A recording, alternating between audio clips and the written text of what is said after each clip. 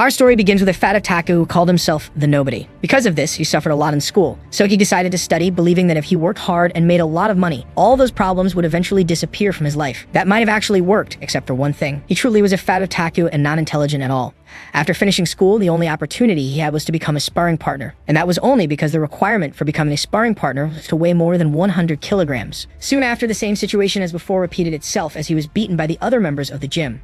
Alone, he cried, unable to understand why everyone insisted on bullying him. Shortly afterward, the supervisor Manhwa approached and asked Xiao Wu to take care of the monthly report. Awkwardly, he tried to argue that his job was only to be a sparring partner. But in response, the supervisor flexed his muscles and stared at him in an intimidating way. Thus, the young man immediately agreed to handle the report and deliver it as quickly as possible. Once the task was accepted, Manhwa called the employee again, but Xiao Wu only turned his face away. At that moment, the other team members emerged from the shadows, also asking for help with their schedules. Faced with all the new requests, the young man's expression changed completely. Still, he smiled and agreed to take care of everything for the team. By midnight, the scene shifted. Sitting in front of the computer, he regretted not refusing, since he would not even receive a raise. Suddenly, a sharp pain struck his chest. At that moment, he remembered the doctor's warning about the risk of dying if he did not lose weight. Desperate, he reached out to the side, trying to call an ambulance. Soon, the message appeared on his phone informing him that the service had been suspended for lack of payment. With nothing left to do, the young man simply accepted that he was going to die right there. Before passing away, he decided that he needed to change and could no longer continue living that way. After that, he moved the mouse cursor to delete the folder named Study Materials. Once the action was completed, he laid his head on the desk, finally at peace with himself. His last wish was not to be a fat, repulsive otaku in the next life. However, his finger slipped and accidentally clicked on Send to All.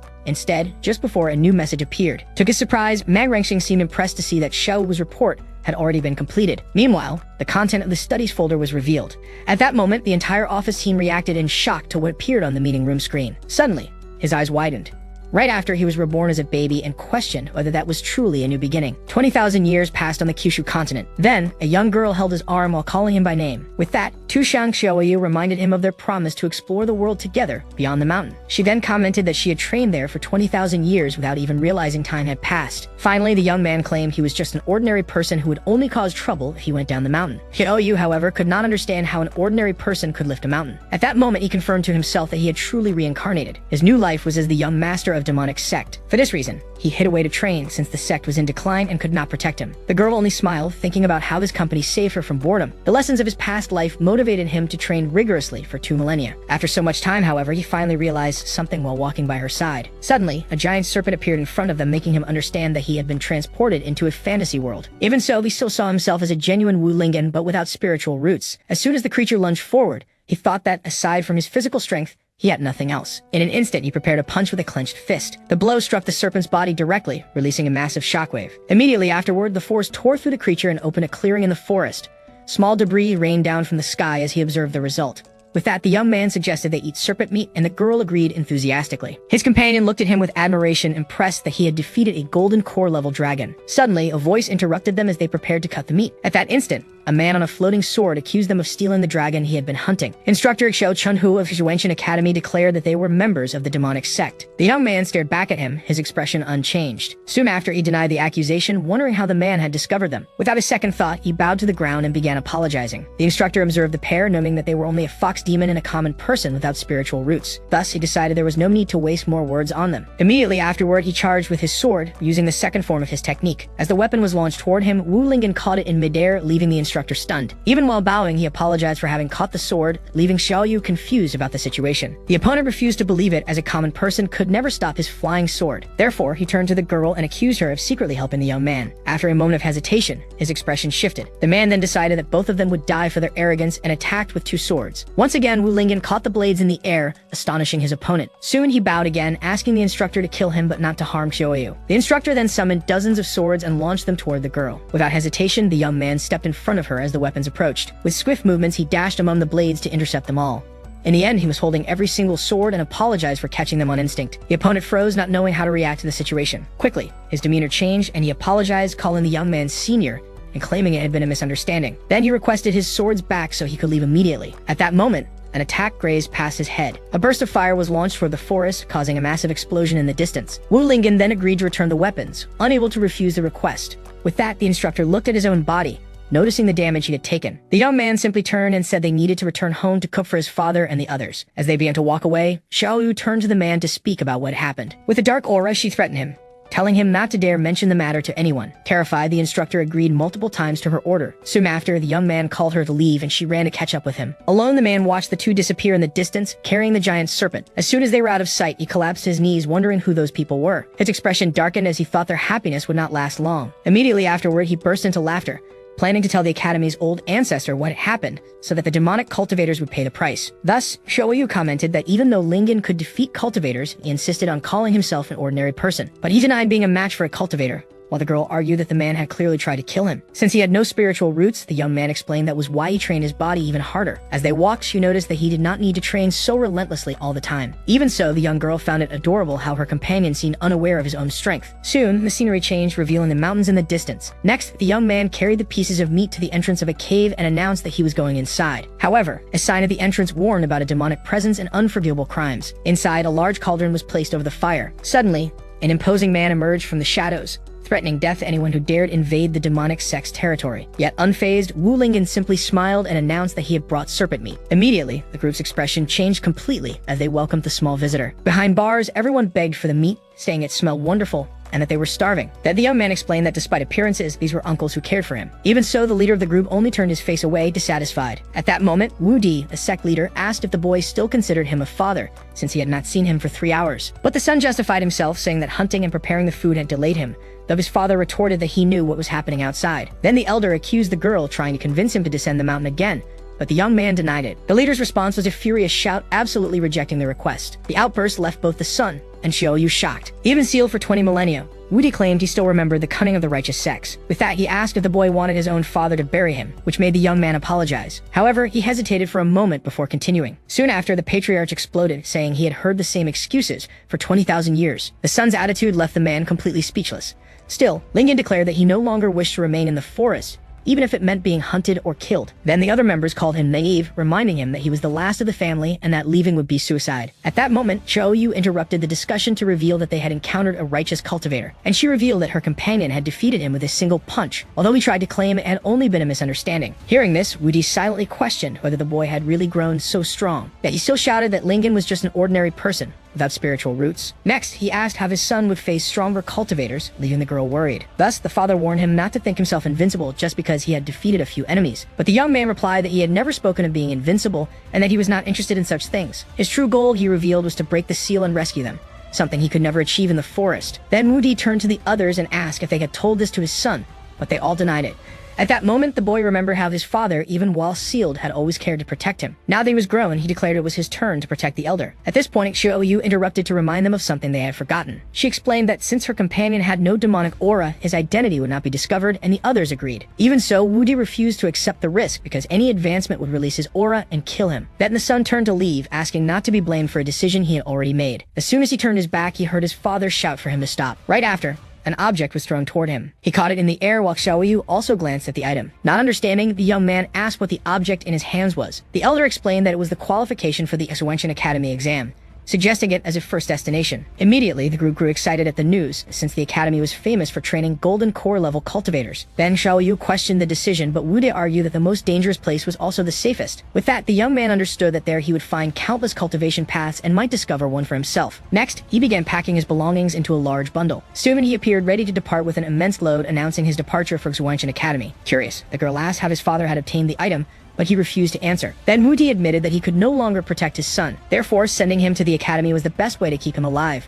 While the young man consulted a map, in secret, the patriarch spoke to the girl about the mystery surrounding Lingjin's body. He then asked her, a nine-tailed fox of near emperor level, to protect him. Xiaoyu raised her hand, confirming that she understood the gravity of the matter. She then asked who would bring them food after she and the boy left. In the background, the whole group froze as they realized the situation. Finally, Wu Di shouted for everyone to eat, since that would be their last good meal. Xiaoyu then said her farewells and told him to enjoy the moment. As soon as she turned, he shouted for her to wait, but the girl immediately warned that she would not bring food anymore. Then, with a serious expression, the father reminded her that the world was on the verge of collapse. Right after, he warned her that the hidden power within Lingjin needed to awaken, for time was running out. Meanwhile, the scene shifted to the imposing entrance of Xuanchen Academy. There, one of the instructors organized the line, ordering everyone to maintain order and not cut ahead. The candidates were also instructed to prepare their tokens for the entrance exam. Carrying his baggage, young Wu Lingjin observed the place, hoping not to draw anyone's attention. The instructor explained that the tokens had to be inserted into the mouth of a stone lion to detect spies. Soon after, he called the first in line to step forward. The candidate placed the item into the statue, which glowed and validated his entry. With approval granted, the young man thanked them and entered the academy. Next, the instructor called for the next candidate in line. In the background, the new participant panicked, wondering if his token was fake and if it would be detected. Suddenly, a scream drew everyone's attention in line. The examiner announced that a demonic cultivator had been found, while the statue seized a candidate's hand. One of the bystanders explained that the stone lion would not let go when detecting an anomaly, leaving the observer terrified. The captured man begged for mercy, but the instructor ordered the guards to take him away. Right after,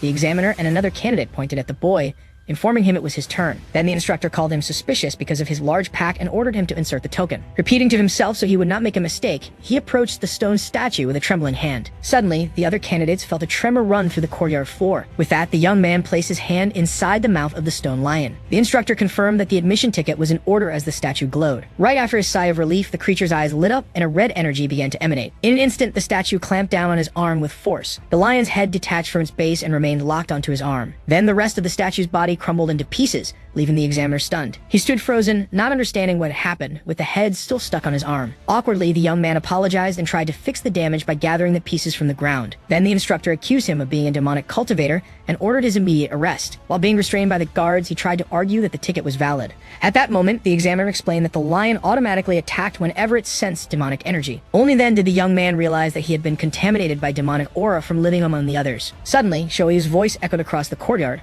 ordering everyone to stop. As she appeared, the fox questioned the careless actions of the cultivators, while everyone else wondered who she was. The instructor then asked why a member of a monster clan was interfering in academy affairs. With that, the young girl grabbed Lingjin's arm and introduced herself as his guardian. The revelation surprised the other candidates, who whispered that the boy must have an important background. Next, Shoeiyu suggested that the examiner verify the origin of the admission ticket. Looking down at the object on the ground, the man recognized it as belonging to the legendary #1 sect in the world. She then explained that the sect had been destroyed 20,000 years ago, and that Lingjin was its only successor. One of the candidates questioned how the most powerful sect in the world could have been destroyed. Immediately after, he himself added that the name of the sect was literally just that. With that, Shoeiyu argued that it was understandable the ticket would be contaminated with demonic energy. The instructor reflected that the situation was delicate and had to be handled carefully. Even so, he warned the two not to do anything suspicious and to behave themselves. Then, Shoeiyu told the young man not to be so tense as they walked. So that no one would suspect, she advised him to act as usual, and he repeated her suggestion. Thus, the scene opened up to reveal the architecture of Suanshin Academy. Soon, a crowd of new students gathered in front of a tower that welcomed them.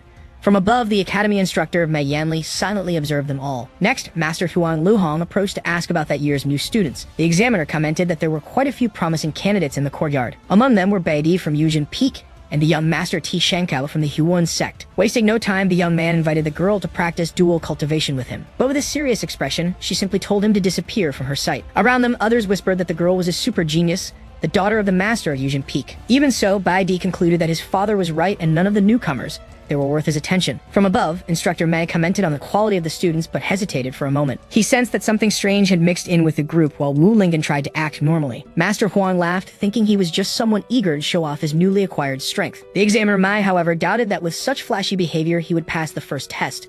Right after, one of the assistants rushed out in a hurry. From atop the tower, the instructor floated into the air and drew everyone's attention, leaving them impressed. He then introduced himself as Mei Yanli, the one in charge of the evaluation, and announced the start of the test. He explained that only those who passed all the stages would become disciples of the academy. As he observed, young Lingjin felt that the face of that instructor looked familiar. With that, the man questioned him directly, asking why he was staring at him like that. Not knowing what to say, the boy hesitated for a moment. Soon after, he pointed at a loose, shiny thread dangling from the instructor's robe. At the remark, the examiner remained silent in the air for an instant. Suddenly, he quickly descended toward the group of students. With a frightening face, he congratulated the newcomer and said he looked forward to his results. Instructor Mei, now frozen in place, tried to start speaking. Then he scolded another person for not having stopped at the designated spot. Beidou watched the scene, not understanding why the examiner could not fly and how the newcomer dared to point it out. Master Huang commented that the boy was in trouble for having offended that man. In an instant, the instructor freed himself from the thread that had trapped him. Then he explained that it had only been to lighten the mood and announced the start of the first phase of the test. Wu Lingjin was left wondering if the examiner was insane and whether it was really necessary to tear his clothes for the test. Two other students noticed the man's strong muscles and intimidating aura. Soon, one of them identified him as the legendary bearer of the sacred punching bag body. This ability prevented active cultivation and the use of spells. Instead, the body absorbed attacks and captured spiritual energy, becoming stronger with each strike. With it, the user became immune to all attacks from opponents of the same level.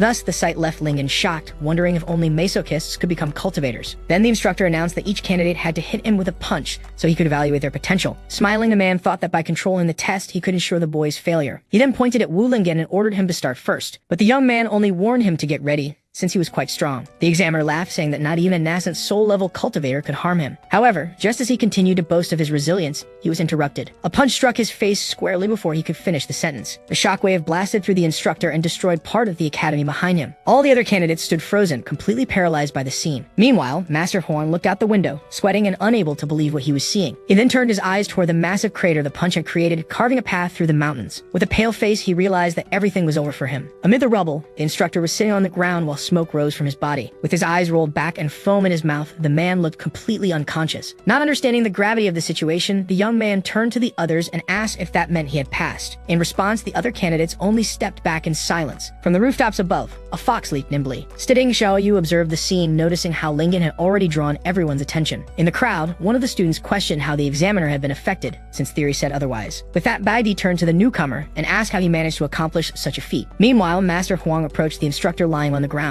He quickly assessed that the force of the punch was nearly at the level of a late nascent soul. Suddenly, the man's eyes snapped open. In an instant, he stood up from the ground. He then rushed toward the young man with a strange expression. As soon as he reached him, he accused him of having struck him off guard and in the face, while the youth apologized. Then, one of the candidates concluded that the sacred body had not resisted because he was caught by surprise. The examiner warned that the previous test did not count and that he would be disqualified if he used tricks again. Next, a golden aura enveloped his body, activating the ability. One of the students recognized the technique as the supreme defensive move of the sacred body. The instructor then boasted, saying that not even at full strength could he be moved. Without hesitation, the youth landed a direct punch to his stomach. The fist sank into the man's body, but he did not move from his spot. The crowd commented in awe that the examiner had not even shifted his legs from the impact. Master Quan, however, realized that something was wrong with that reaction. Soon after, it was revealed that Instructor Mai had fainted standing up. Master Huang then intervened, announcing that everyone had passed the first round. The candidates celebrated the news while still wondering about the young man's level of strength. Next, a student approached to introduce himself to Wu Lingjin. He revealed himself as Zhang Ma, the successor of the Huan sect, and listed his abilities. With that, he decided to accept Lingjin as his sworn brother, leaving the young man uncomfortable with the idea. In an instant, the other candidates also approached, asking to be his younger brothers. Soon after, a boy introduced himself as Tianji from the Tianji sect, offering precise information. With an apology, he admitted that although he collected data, he had nothing on his new brother. At last, Lingjin felt a sense of familiarity with his friendly attitude. Then Tianji asked which sect or school he belonged to. Awkwardly, Wu Lingjin answered that he was merely a solitary cultivator. Suddenly, the crowd parted to make way for the genius of Yujin Peak. With that, the young girl accused him of liking attention and promised to show him the difference between them. Right after, the girl turned and walked away while he watched her. In the background, a hooded figure followed the scene among the crowd. Master Quan then shouted for no one to celebrate too soon. He then pressed a red button on a controller he was holding.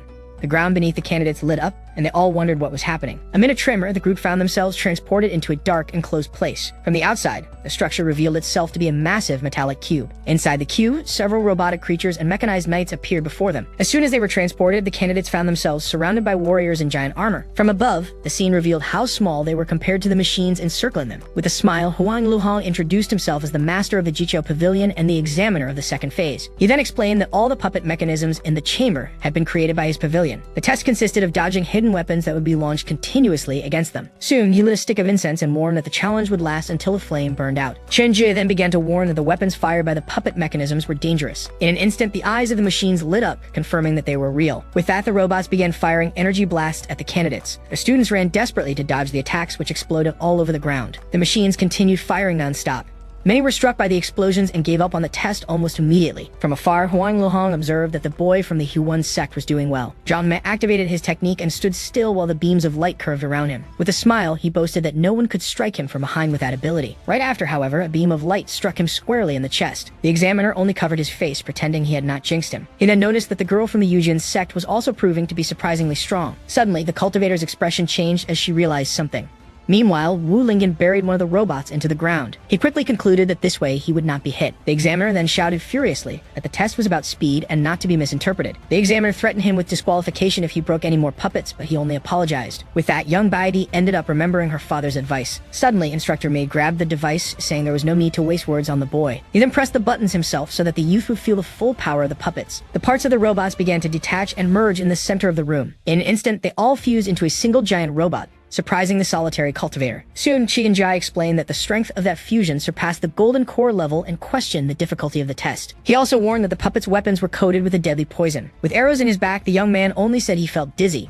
while the other scolded him. The examiner argued that such a thing could kill someone, but Instructor Mai did not care. Smiling, he asked if they really wanted that arrogant boy to pass the test. The giant puppet then fired a barrage of poisoned needles from its hands. In a swift motion, Wu Lingjin dodged all the projectiles with ease. After evading, he stopped and looked back as if he had realized something. Looking again, he noticed that the other candidates had been struck by the attacks, and he apologized. Irritated, Instructor Mai decided to send even more puppets after him using the control device. In an instant, the young man found himself completely surrounded by the giant robots. With an aura of energy forming around him, he prepared for the confrontation. From afar, the instructors warned him that he would be disqualified if he damaged any more puppets. Collapsed on the ground, Chi promised to burn incense for him, while the others noticed the danger had lessened. The girl from the Yujin sect only observed, thinking that this was the result of liking to show off. Even surrounded, the young man remained still, staring at the robots. With that, he decided that was the only way to resolve the situation. He then bent his knees and gathered strength in his legs. With a powerful leap, he shot toward the giant puppet and struck it with a crushing blow. The instructors stared in shock, unable to believe he had managed to fly while the puppet was destroyed. The other students wondered what his level was, since flying with swords required the Golden Core stage. Fallen on the ground, Tianjia explained that he was not using spiritual aura to fly. In fact, he was only using the strength of his own legs to jump. The other candidates watched in disbelief at the power of his body, while TNG suggested he take a break. Instructor Mai, however, knew he could not stay in the air for long and prepared to attack. Immediately, several spears were aimed at the exact spot where he would land. Unable to destroy the puppets and risking losing points, the young man needed to think of a solution. Seeing the Yujin sect cultivator dodging the attacks, he seemed to have found the answer he was looking for. With that, he landed precisely on the tips of the spears on the ground. In an instant, the young man stopped right in front of the girl. Right after, he knelt before her. With a smile, he asked what she would do next. The sudden approach left her stunned, wondering if this was the pervert her father had warned her about. In a swift move, the boy hid behind her, while the swordswoman defended herself. Thus, he continued using her body as a shield against the attacks. Irritated, the cultivator shouted for him to stop, but he only apologized, saying it was the only way out he had found.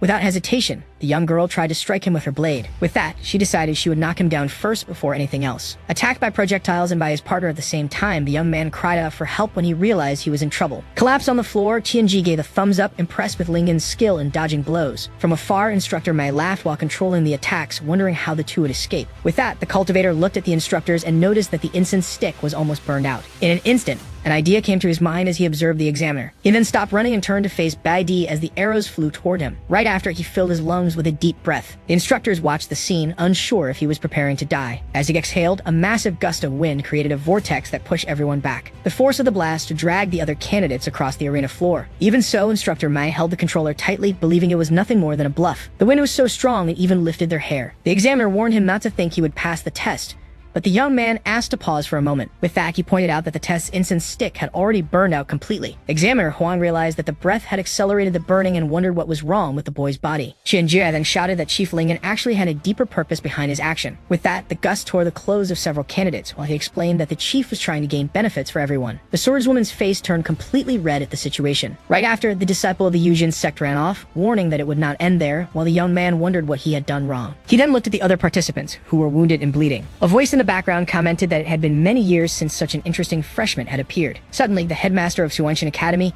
Yu Tangsing, appeared, praising that year's lively and vibrant evaluation. Thus, the students wondered if that was really a headmaster, commenting that he didn't look trustworthy with his wig falling off. Then Tianji scolded them, revealing that this was the legendary Red Flame Shura Yu Tangsing. He went on to tell the story of how the leader had massacred countless demonic cultivators and dyed his hair with their blood. Even so, the other candidates did not seem very impressed with the tale. One of them then questioned why his red hair was fake if the legend was true. The headmaster turned to the boy and asked what his name was, and he replied that it was Wu Lingjin. From atop a roof, Xiao observed the scene. Worried, the young girl wondered why the headmaster had appeared so suddenly, and how she would fix the fact that Lingjin had offended him. With that, she contacted him mentally, and the boy heard her call. She then instructed him to put the wig back on the leader's head before he noticed. Instructor Mai tried to apologize on behalf of the boy, begging for leniency from his superior. The headmaster, however, retorted, questioning the instructor's own lack of skill. Meanwhile, the wig continued to slip from the elder's head. In an instant, the young man prepared to act. With a quick movement, he leaped up and placed the wig back onto the headmaster's head. The elder was impressed with the speed of the move, which almost went unnoticed. Smiling, the cultivator said he had only picked up something the headmaster had dropped and that no thanks were necessary. Instructor Mai tried to get Yu's attention to warn him. Suddenly, the headmaster appeared with several darts stuck in his head. From the roof, Xiaoyu shouted desperately,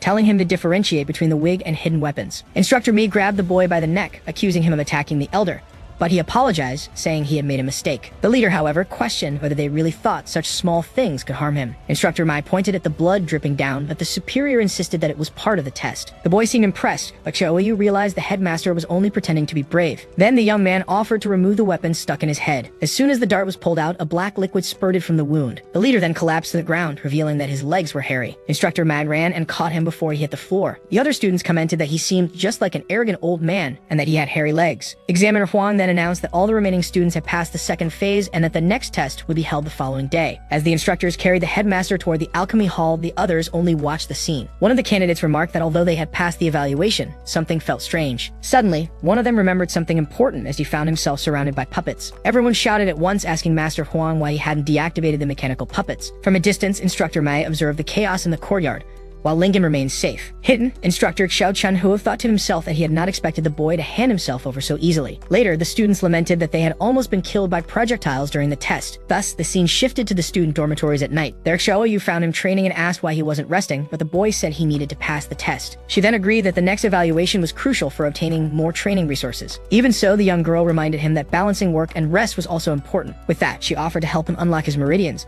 but her expression made him suspicious. The girl only praised him for being ambitious and moved closer to him. Suddenly, she tripped on a stone near the door. With a swift motion, the cultivator caught her and told her to be careful. To herself, Xiaoyu celebrated that her plan had worked perfectly. Outside, Baidi remained standing near a wall.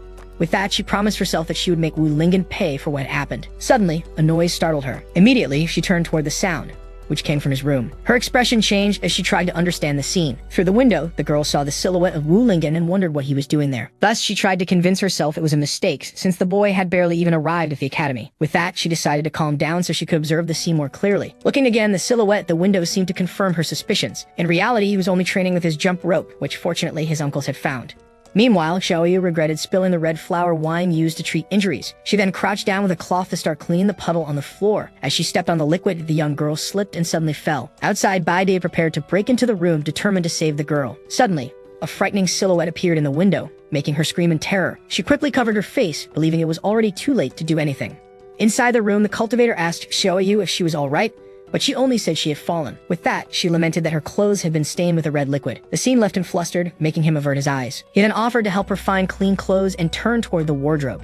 Suddenly, the door to the room was kicked open with great force. Sword in hand, Bai Di called him a demonic murderer and ordered him to surrender. At that moment, the scene showed the young man handing a towel to Xiaoyu, who was kneeling on the floor. Upon entering, the girl accused him of defiling the body, while the other wondered how she had become a corpse. The youth could not understand why he was being called a demonic murderer. He then questioned if she had discovered his identity, but the answer was denied immediately. Even with his attempt at explanation, Baidi refused to listen and prepared to strike. She quickly activated her sword technique, and an aura of energy formed around her. The young woman then launched her 10,000 swords attack. With no other option, he decided he would need to offend her in order to defend himself. With that, he moved at high speed, dodging the blades of energy. The swiftness of his movement left him surprised for an instant. Baidian warned him not to think that was all she had. She then prepared her piercing celestial sword strike. A massive beam of energy was fired in his direction. To defend himself, he countered the attack with a direct punch. His opponent could not believe he had shattered her cutty sword using only his body. Suddenly, she felt a presence appear right behind her. In an instant, she was struck at the back of the neck with a palm strike meant to erase her memory. With that, she collapsed to the ground completely unconscious as her sword rolled aside. Sitting on the floor, the cultivator apologized, explaining that this was the only option to avoid revealing his identity. Thus, the technique consisted of infusing power into the palm and directing it to the opponent's brain. As a result, the strike left her completely stunned on the ground. Soon after, he said they needed to take her back quickly before anyone found them there. He then carried the girl on his shoulders out of the room. Under the moonlight, he ran across the rooftops of the academy with her. As he advanced, he searched for the right place where he should have left her. Suddenly, the swordswoman began to wake up, wondering what was wrong with her. Without hesitation, he struck her again with the same technique to erase her memory. With a sigh, he thought that he had nearly been exposed. Even so, something continued to trouble him. As he carried her through the academy streets, he wondered where that woman actually lived. Because of that, the situation left him completely lost, not knowing what to do next. Hidden, Shirinjai observed the scene, trying to understand what kind of relationship existed between Chief Lingjin and Baidi. Although he pushed open the door of one of the rooms, he soon opened it fully. After that, the young man laid her down on the bed. Since the room looked unoccupied, he assumed she was staying there. But suddenly, the young woman began to wake up, questioning what was happening. However, without hesitation, he struck her again with a memory-erasing technique. As she fainted, the stranger apologized for not being able to reveal his identity. Thus, he began to worry whether repeated use of the technique might have scrambled her memories. Even though he felt guilty, he knew it was better than having his family exterminated. Looking around, he was surprised by the mess in the young woman's room. Soon after, he noticed the footprints he had left on the floor. Therefore, determined not to leave any trace, he grabbed a mop to clean the place. In addition, while cleaning, he decided he might as well tidy up the mess in her room. But then the scene shifted to a gazebo in the middle of a forest at night. At that moment, a hooded figure ordered whoever was hiding there to stop. As soon as young Xiao Chunho emerged, the stranger praised him for being so well hidden. Right after, the figure boasted that nothing could escape his eyes. With that, the young man explained that he needed his help to deal with a new student. The hooded man, however, questioned why he should help him. In return, the instructor promised his full support in the choice of the next family head. Soon after, the figure stood and asked for the target's identity, and the request was answered: Wu Lingjin. Hearing the name, the man recalled the arrogant boy from the exam. Then the instructor proposed to rig the lottery so that he could kill the youth accidentally. The hooded one, however, agreed to the plan but reminded him not to forget his promise. As the figure turned to leave, young Master Xiao called him back. Shortly after, he asked for help with another matter. For in the water, a giant aquatic serpent had coiled around his leg, holding him fast. Desperate, he begged to be saved first, which left his ally incredulous at the situation. With no other choice, the man decided to intervene. With a swift movement, he drew his weapon and slashed the creature with an energy strike. Soon after, he ran and leaped, finishing the attack with a powerful slash. Thus, with the beast defeated, the hooded figure announced that it was over. But suddenly, Xiao Chunhu fell from the sky, screaming among the trees. In an instant, the man caught him in his arms before he hit the ground. At last, the instructor praised the strength of the Xiao family's genius, but the young man only asked him to get off. With that, the figure dropped him headfirst into the water and walked away. Soon after, the spirit of Master Dan appeared, and the hooded one warned that Wu Lingjin was not so simple. Then the master agreed, admitting that the power the boy had shown would be difficult even for him at his peak. Even so, the man boasted, claiming that no one in that world could defeat him. He then revealed himself to be a time traveler named Xiao Huohuo. For, in his original life, he was just an ordinary student on Blue Star. After a traffic accident, he ended up transmigrating into the cultivation world. Soon after, he became an apparently insignificant young master of the Xiao family. One day, while tending cattle, he stumbled and fell into manure. At that instant, he found the ring that housed Master Dan, beginning his journey of power. With this protagonist's story, he felt confident that every opponent was nothing but a stepping stone on his path. Moreover, Huo declared that even without resentment, Wu Lingjin's destiny was to be defeated by him. Meanwhile, elsewhere, the young man suddenly sneezed, not understanding why. After finishing his cleaning, he decided the room was tiddy enough, and that it was time to leave. With that, he opened the wooden door. After saying his farewell, he left, while Bai Di continued sleeping. Standing before his own room, the traveler noticed something strange. As soon as he entered, he realized someone had been in his room. Soon after, he found Bai Di lying unconscious in his bed. For a moment, he only stood there, watching the sleeping girl. But in an instant, he panicked upon realizing that a cultivator had broken into his room. As he approached the bed, Xiao Humovu watched Bai Di turn over in her sleep. Soon, the young woman's fame as the goddess of the new generation came to his mind, and he admired her even while she was asleep. Then the young man scolded himself, reminding himself that this was not the time for distractions. With a new posture, he turned toward one of the pieces of furniture in the room. Thus, he began to analyze the situation, pondering why a girl would be tidying his room and lying in his bed. Therefore, a single conclusion emerged in his mind. She must certainly like him.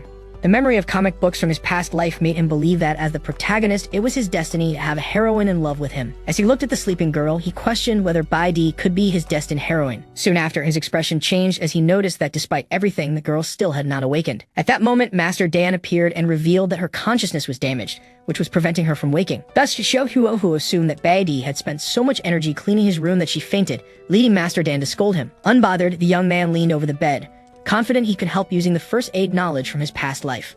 He then positioned himself in front of the bed and prepared to begin the procedure. At that instant, the girl lying there let out a faint murmur. Slowly, her eyes opened and she questioned what was happening to her body. At that very moment, the young master leaned over her with his lips ready for a kiss. Suddenly, a loud crash made Wu Lingjin turn back, startled by the noise coming from the room. Immediately after, Bai Di kicked open the door as she left, warning him never to appear in front of her again. Sitting on the floor, Xiao Huohu wondered why he had been attacked if she had feelings for him, leading Master Dan to suggest he might be overthinking things. Thus, the young man concluded that the women of this world were naturally reserved and that a kiss had been far too direct. Master Dan then asked how he could be so sure that Bai Di liked him and had not simply entered the wrong room by mistake. With a bruised face, the protagonist answered that the reason was simple.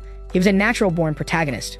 Outside, the young woman walked alone through the courtyard as she tried to understand how she had ended up in someone else's bed. With that, a memory surfaced in her mind, showing the moment she confronted Wu Lingjin and heard the accusation that he was a demonic cultivator. Little by little, the memory became clearer, and she finally began to understand what happened. In her recollection, she accused Wu Lingjin of being a cultivator who used bodies to strengthen his cultivation. Therefore, Bai Di realized that she had uncovered a huge secret, and that the person in the room was probably Wu Lingjin's accomplice. With a determined smile, she swore that she would find proof that a thief had infiltrated Zhuanshan Academy. At that instant, her voice echoed through the night, shouting Wu Lingjin's name as a promise of vengeance. The cry woke two students who recognized Baidi's voice and wondered what could have happened between her and Wu Lingjin. The next day on the presentation stage, all the students were already gathered for the evaluation. While they waited, some began to complain that the evaluation had not yet started and that no instructor had appeared. Far away, Wu Lingjin continued his intense training, determined to push himself even harder. As soon as Chushang Xiaoyu tried to calm him about the test, he replied that he could not afford to relax. Amid the crowd, Baidi watched the scene and criticized Wu Lingjin for still showing off. Other students noticed her reaction, remembering that Baidi had shouted Wu Lingjin's name the night before and questioned what had happened. With a smile, Qianji approached and hinted that none of them knew the true story behind the event. Shortly after, he began to explain that the relationship between the two is deeper, preparing to tell what he had seen the previous night. Before he could continue, however, a blade was pressed against his neck, cutting off the gossip. Immediately after, Xiao Huahu appeared from behind and threatened him not to slander Baidi, making the boy agree at once. With the warning given, he walked away, leaving Qianji collapsed on the ground. The crowd commented on the sudden reaction, assuming he was just a great admirer of Baidi. Ignoring the comments, Xiao Huahu reinforced himself that she was his destined heroine, while Master Dan only watched his confidence. Suddenly, an authoritative shout demanding silence echoed throughout the presentation area. With Mai Rengxing's arrival, all the students, including Wu Lingjin, turned toward the stage. Soon after, the instructors Meng Yanli, Yu Tangxing, and Huang Luhong stepped onto the stage, and the third evaluation was announced. Meng Yanli explained that this round would be a real combat test, where performance would determine to which class each student would be assigned. After that, he informed them that Headmaster Yu Tangxing would personally evaluate the entire process. Next to Wu Lingjin, Chushang Xiaoyu commented that the headmaster seemed to have changed his wig, but she was quickly scolded to stay quiet. The headmaster seemed to notice the whisper, but only confirmed that he understood the instructions. Then one of the instructors pressed a button and announced that the third round would be a combat test in which the candidates would draw their numbers. With that, the students lined up in front of a penguin-shaped machine to get their numbers. Wu Lingjin watched the others approach while waiting for his turn in line. When his moment came, he placed his hand inside the machine's opening to retrieve a number. Seeing the perfect chance, Mei Yanli took the opportunity to launch a piece of metal with paper toward the boy. Not understanding what had just happened, he looked down at his hand. In his palm, the paper with the number 38 was torn and stuck to a sharp piece of metal. From a distance, Mei Yanli observed the scene with a satisfied smile. Shortly after, he turned to Xiao Huaho and confirmed that he had managed to make the target pick the manipulated number. The instructor boasted of his skill, but was interrupted by a bloody cough, and the hooded youth advised him to stop talking. Then Xiao Huaho showed his own number, 36, and questioned whether the plan had failed, since he was not in the same group as the boy. With an air of superiority, the hooded one replied that he had not understood the true strategy. Maggie Yanli explained that Wu Lingjin seemed to have some cultivation techniques, so he preferred to put someone else to test his abilities first. At that moment, the young man noticed a great shadow approaching and turned to face his opponent. A giant man with the number 37 appeared before him and advised him to give up, calling him weak. In the crowd, Qianji and other students were surprised by Lingjin's first opponent, commenting that he did not seem to be someone easy to face. Soon, Qianji revealed that the adversary was Wang Tishu, a notorious assassin known for never leaving witnesses. Standing before Wu Lingjin, the man revealed that he had observed his two previous evaluations. With disdain, he labeled him as trash, relying only on a bit of natural strength. Wang Tishu then boasted of being at the peak of key refinement and slapped the boy across the face, provoking Tushan Chouyu's fury. While trying to calm his friend, Wu Lingjin silently faced his opponent. Seeing the reaction, Wang Tishu mocked him, asking if he wanted to start fighting right there. Amid the tension, the crowd stirred, expecting the newcomer to finally react to the provocation. To everyone's surprise, he simply apologized, stating that his spiritual root was too poor, while those around him fell to the ground in disbelief. Tushan Xiaoyu scolded him for being so polite to an opponent, but he simply replied that what was said was true. Thus, Wang Tishu stepped closer and ordered him to kneel if he wanted his life spared. Wu Lingjin stared at him in silence for a moment before he began to speak. At that instant, he declared that even if weak, he had reasons that compelled him to keep fighting. The assassin then warned him to prepare for defeat in the arena and turned to leave. As he walked away, Tushan Xiaoyu praised Wu Lingjin's attitude, though he looked back at her confused. Far away, Wang Tishu pressed Mei Yanli for the deal to enter the superior class if he killed the boy. Smiling, the assassin walked away, promising to make the newcomer understand his true power. Mei Yanli only commented that he hoped Wu Lingjin would not be eliminated in the very first round. Soon after, Mai Rengxing announced the end of the lottery and summoned the freshmen of the first match to the arena. The first to be announced was number 1, Bai Di, to the delight of the audience. Next, number 2, Zhang Ma, entered the arena and immediately proposed dual cultivation, irritating the crowd. As everyone threw objects at him, Zhang Ma dodged confidently, warning that attacks from behind did not work on him. Moments later, he was struck squarely on the head, completely shattering his composure. The food was deflected but ended up hitting instructor Mai Rengxing, leaving him covered in it while Zhang Ma apologized. From a distance, Xiao Huavo and Mei Yanli simply watched the chaos unfold in the arena. With a serious look, the hooded youth declared he would remember Zhang Ma's name for coveting the woman who was his. Mei Yanli questioned how he had gotten close to her so quickly, to which the mysterious young man replied that it was the effect of his protagonist's aura. To end the commotion, Headmaster Yu Tangxing coughed and ordered the match to begin immediately. Thus, the instructor released Zhang Ma, still covered in the remains of food from the crowd. Standing on the opposite side of the arena, Bai Di only commented that this was exactly what she wanted. Therefore, Zhang declared that he would show his true abilities to finally win her over. Then, he prepared to execute one of his most powerful techniques. Using a shadow clone, he created multiple copies of himself that spread throughout the arena. Qianjia explained that the technique created clones with swift movements, but Wu Lingjin did not seem impressed. Surrounding his opponent, the clones taunted her, saying she would never defeat him without finding the real body. Bai Di only observed in silence for a moment, and suddenly all the clones vanished, leaving only Zhangme's legs in the middle of the arena. With a quick move, the young woman landed a precise kick on her opponent, who asked if she thought he was an idiot. At that instant, he writhed in pain and accused her of using a despicable and lowly strike. Smiling, the young man began to reveal that not everything was as it seemed. Soon after, Zhangme displayed a protective metal plate, explaining that since he had harassed others before, he was already prepared for that kind of attack. Seeing that his kindness had been rejected, he decided he would no longer be merciful and began gathering energy in his hands. As soon as the sphere of energy was launched toward Bai Di, he had to dodge her rapid clone attacks. In the crowd, Wu Lingjin questioned why he had not fired the Kai sphere directly to strike. With that, Qianjia explained that a cultivator's level determined the distance and power of Qi, and that merely condensing it was already an impressive feat. Hearing the explanation, Lingjin reflected on how strong his father and Tushang Xiaoyu really were. In the arena, Bai Di managed to dodge all the blows and asked if that was all he had to show. With a wave of his hand, Zhangme declared that this farce should end. Warning her not to underestimate him, he prepared to redirect the attack against her. Quickly, he leaped back to gain some distance. With a victorious smile, he boasted of his control of the Kai sphere. At last, he proclaimed that his ability surpassed her imagination and launched the attack directly. With her agility, she managed to dodge his attack. The cultivator composed herself and began to evade the energy spheres with swift movements. The instructors commented on the Huan sect's unique ability to manipulate spiritual energy released outside the body. One of the students explained to Wu Lingjin that the technique used threads of energy to control larger attacks, leaving him impressed. Back in the arena, Bai Di faced the approaching energy sphere with a determined gaze. Then she drew her sword, irritated at being forced to use it against such a despicable opponent. With a single motion, she declared a disgrace and cut the energy sphere in half. The impact of the slash surged forward in a straight line and struck her opponent directly. Suddenly, Zhangme's protective metal plate shattered, leaving him completely shocked. Moments later, he fell to his knees, impressed that she had destroyed his attack, and even more convinced that she was the right woman for him. With the impact, the young man fainted and collapsed to the arena floor, defeated. Wu Lingjin observed the scene, confused about how the energy was being controlled. Instructor Ma Rengxing then announced that Zhangme had lost his ability to fight and declared Bai Di the winner. As the crowd celebrated the victory of Yuzhen Peak,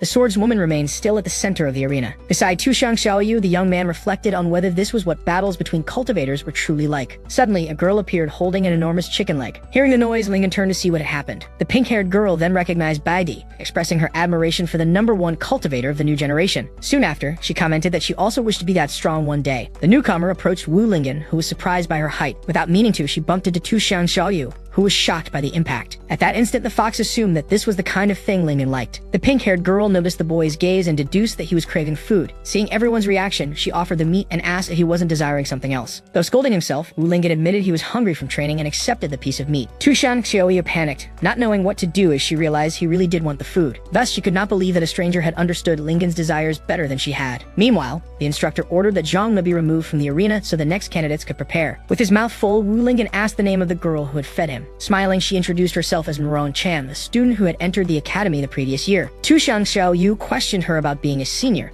but the young woman replied it wasn't exactly like that while hiding behind the meat. Soon after, Merong Chan explained that she had actually repeated due to low grades and had come to take the placement exam. While eating, she revealed that she could be expelled if her results were poor, making Wu Lingjin notice that she didn't seem very nervous about it. Shortly after, Tianji approached to share information they might not know. He revealed that the senior Merong came from a famous family of alchemists revered across the 9 provinces. Consequently, he explained that she had developed a technique that turned alchemical ingredients into food without losing their effects. Hearing this, Wu Lingjin realized that the meat he had just eaten was actually a spiritual pill. At that moment, he felt embarrassed for having consumed something so valuable. But Merong Chan reassured him. She explained that she simply could not stand to see someone hungry. Her kindness left Wu Lingjin and Tushang Xiaoyu speechless. Moved, he called her an angel, while the fox at his side grumbled that it wasn't that big of a deal. Suddenly, a crowd of admirers ran past them, making way for the young master. At that moment, Bai Di approached with a focused gaze, ignoring the commotion around her. Without hesitation, Merong Chan ran to her and with admiration asked for an autograph. While she waited eagerly, Bai Di only stared at her coldly, leaving Wu Lingjin and his guardian in silence. The #1 refused the request but advised her to be careful when choosing her friends. She then turned to Wu Lingjin and promised she would uncover the truth about what he had done the night before. As she walked away, the crowd began to speculate whether what Qianjia had said about their relationship was true. Because of this, Merong Chan asked if he was really close to Bai Di, but the boy replied that he only knew her. Ignoring the answer, she held his hand and asked him to introduce them as she wanted to become as strong as the senior. Suddenly, instructor Ma Rengxing's voice echoed, calling Murong Chan's name twice. From the stage, he scolded her for not listening and told her to hurry to the match. As she ran, the girl asked Wu Lingjin not to forget to deliver her message, and he agreed to try. With that, Tu Shangxiu advised him to stay away from her, but he replied that he thought she was a good person. He then reflected that someone who cared so much about a stranger could not be a bad person. On stage, the instructor reminded her that this was her last chance to retake the exam. The girl then took a deep breath to prepare for the fight. With a determined look, she told herself she needed to win at least one battle in order to stay. Then the thought of having to return to a dark place terrified her. The instructor then announced the next match and called number 36 to step onto the stage. In response to the call, a hooded figure began walking toward the presentation platform. Murong Chan watched her opponent approach, and her expression shifted to complete surprise. As he lowered the hood, Xiao Huovo revealed his face with a smile and announced that he was coming. With both sides in position, the instructor prepared to start the match. Meanwhile, the two opponents stared at each other with serious expressions, ready for battle. In the upper seats, Yu Tangxing and Huang Luhong questioned how the young woman of the Murong family ended up in the freshman test. Soon, the stern young man explained that she had failed almost all evaluations, even the alchemy test, and would probably have to repeat the year. With that, both concluded that if the senior did not win any matches, they might have to send her back to her family. Then Qianji commented to Wu Lingjin that although she could prepare powerful medicinal foods, the girl had no combat skills. In the center of the arena, the instructor once again positioned himself to give the signal. Then, with a backward leap, he announced that the match had begun. With clenched fists, the Murong heiress told herself she could not afford to lose no matter what. On the other hand, her opponent commented that he had not expected to fight such a cute girl. Right after, the young man imagined he would win easily with his vast experience. Even more confident, he fantasized that after the fight, both she and Baidi would be impressed by his strength and join his harem. At that moment, the girl charged with a shout and threw a straight punch. Her fist struck the young man's face squarely, catching him off guard. With the impact, he was thrown backward, while his opponent gave him no respite, moving in for another attack. Then Wu Lingjin questioned why that idiot was just standing there smiling, while Tu Shangxiu suggested he must be thinking of something happy. Inside his mind, Master Dan scolded him for daydreaming, but the fighter insisted he would win because he was the protagonist. Back in the fight, Senior Murong charged and threw another straight punch at her rival's face. At the last second, he managed to grab her fist, halting the attack. With the blow blocked, the young man warned that the same move would not work on him a second time. Right after, he threw her over his shoulder, launching her to the other side of the arena. The young woman landed hard on the ground as her opponent began to rise for his next move. Even so, with her guard raised, she prepared to charge again. With that, the young man used his speed, claiming that ordinary hand-to-hand combat would never reach him. In the audience, Wu Lingjin shouted words of encouragement to the senior, to Tu Shangxiu's dismay. Panting, the young woman seemed to be running out of energy to continue the fight. Even so, refusing to lose, she pulled out two enormous meat legs, determined not to give up. To her rival's surprise, the girl began devouring the food right there in the middle of the arena. Then Qianjai explained that the fighter was using spiritual food to increase her combat power, making Wu Lingjin realize it wasn't hunger. Soon after, he revealed that the food was actually real pills, and that eating so much at once could have serious consequences. Suddenly, the accumulated energy exploded in a bright light that blinded the young man for an instant. Immediately after, the Murong heiress appeared with her clothes torn, but surrounded by an aura of power. In the audience, Wu Lingjin and Tu Shangxiu wondered if what they saw was an explosion of her body or just of her clothes. With a nosebleed, the young man let out a mocking laugh. He then declared that even with a last-minute effort, the senior would not be able to defeat him, only be scolded to wipe his nose first. Ignoring the remark, the girl replied that she had to try even if it seemed impossible. With a shout, she charged at her opponent, breaking the arena floor as she advanced. The attack surged toward the fighter, who prepared for the impact. While Master Dan warned him that her strength had surpassed the key refinement stage, he replied that he already knew. Then the combatant declared that the fight was not over yet and prepared to strike again. With that, the young man announced that he would also begin fighting seriously. Her fist then clashed against the sword he used to defend himself. The strength of the impact surprised him, leaving him stunned for a moment. Then the punch shattered his guard and struck him directly. Wu Lingjin was impressed by the senior's power, but Tu Shangxiu noticed that she was only forcing her body to its limit. Soon after, the observer explained that with that level of intensity, the young woman would not last more than a few minutes. In the middle of the ruined arena, the heiress breathed heavily, already exhausted from the battle. With sweat dripping down her face, she wondered aloud if she had managed to win. On the observation platform, the instructor asked if the young man had been beaten to death, but Headmaster Yu Tangxing reassured him. With a serious gaze, the headmaster affirmed that the battle was not over yet. Amid the smoke, the silhouette of a sword appeared, and the opponent was surprised that he had been pushed to his limit by a local girl. With a battered face, he stood up and decided it was time to show his true strength. With his sword on his shoulder, the young man declared that he needed to show his true strength. Then, with his wounded face, he warned that this time he would not hold back. With that, the fighter charged forward swiftly, promising not to go easy on his opponent. The Murong heiress was startled by his speed as he moved in circles around her. As the fighter leaped above the arena, Wu Lingjin shouted for her to look up, making her react. Soon, an attack from above struck the ground with force, shattering the arena floor. Just in time, the girl managed to leap backward and avoid the blow. With a blue energy lotus blooming in his hand, the rival declared that she would not be able to escape. Then he launched the technique Blue Heart Fire Lotus directly at the young woman. The energy erupted into blue flames, engulfing the combatant and destroying part of the arena. In the stands, Wu Lingjin and Tu Shangxiu watched the scene in silence. unable to react. Amid the flames, the girl screamed as her clothes were burned away by the energy. At once, Tushang Shoyu covered Wu Lingjin's eyes so he would not see, while the audience reacted to the strike. The instructors recognized the blue lotus flame and concluded that the match already seemed decided. Standing in the smoke, the young man glared at his opponent and asked what was wrong. With a smile, the fighter mocked whether she still refused to surrender, while the girl stared back at him with determination. Without replying, the heiress pulled out a bottle and drank its contents in one go. At once, a fiery aura exploded around her as the bottle shattered on the ground. The unexpected reaction left the young man completely shocked. Then the combatant charged forward with a shout, releasing a wave of energy that sent debris flying. The young woman unleashed a flurry of rapid punches against his sword, forcing him to struggle to block them.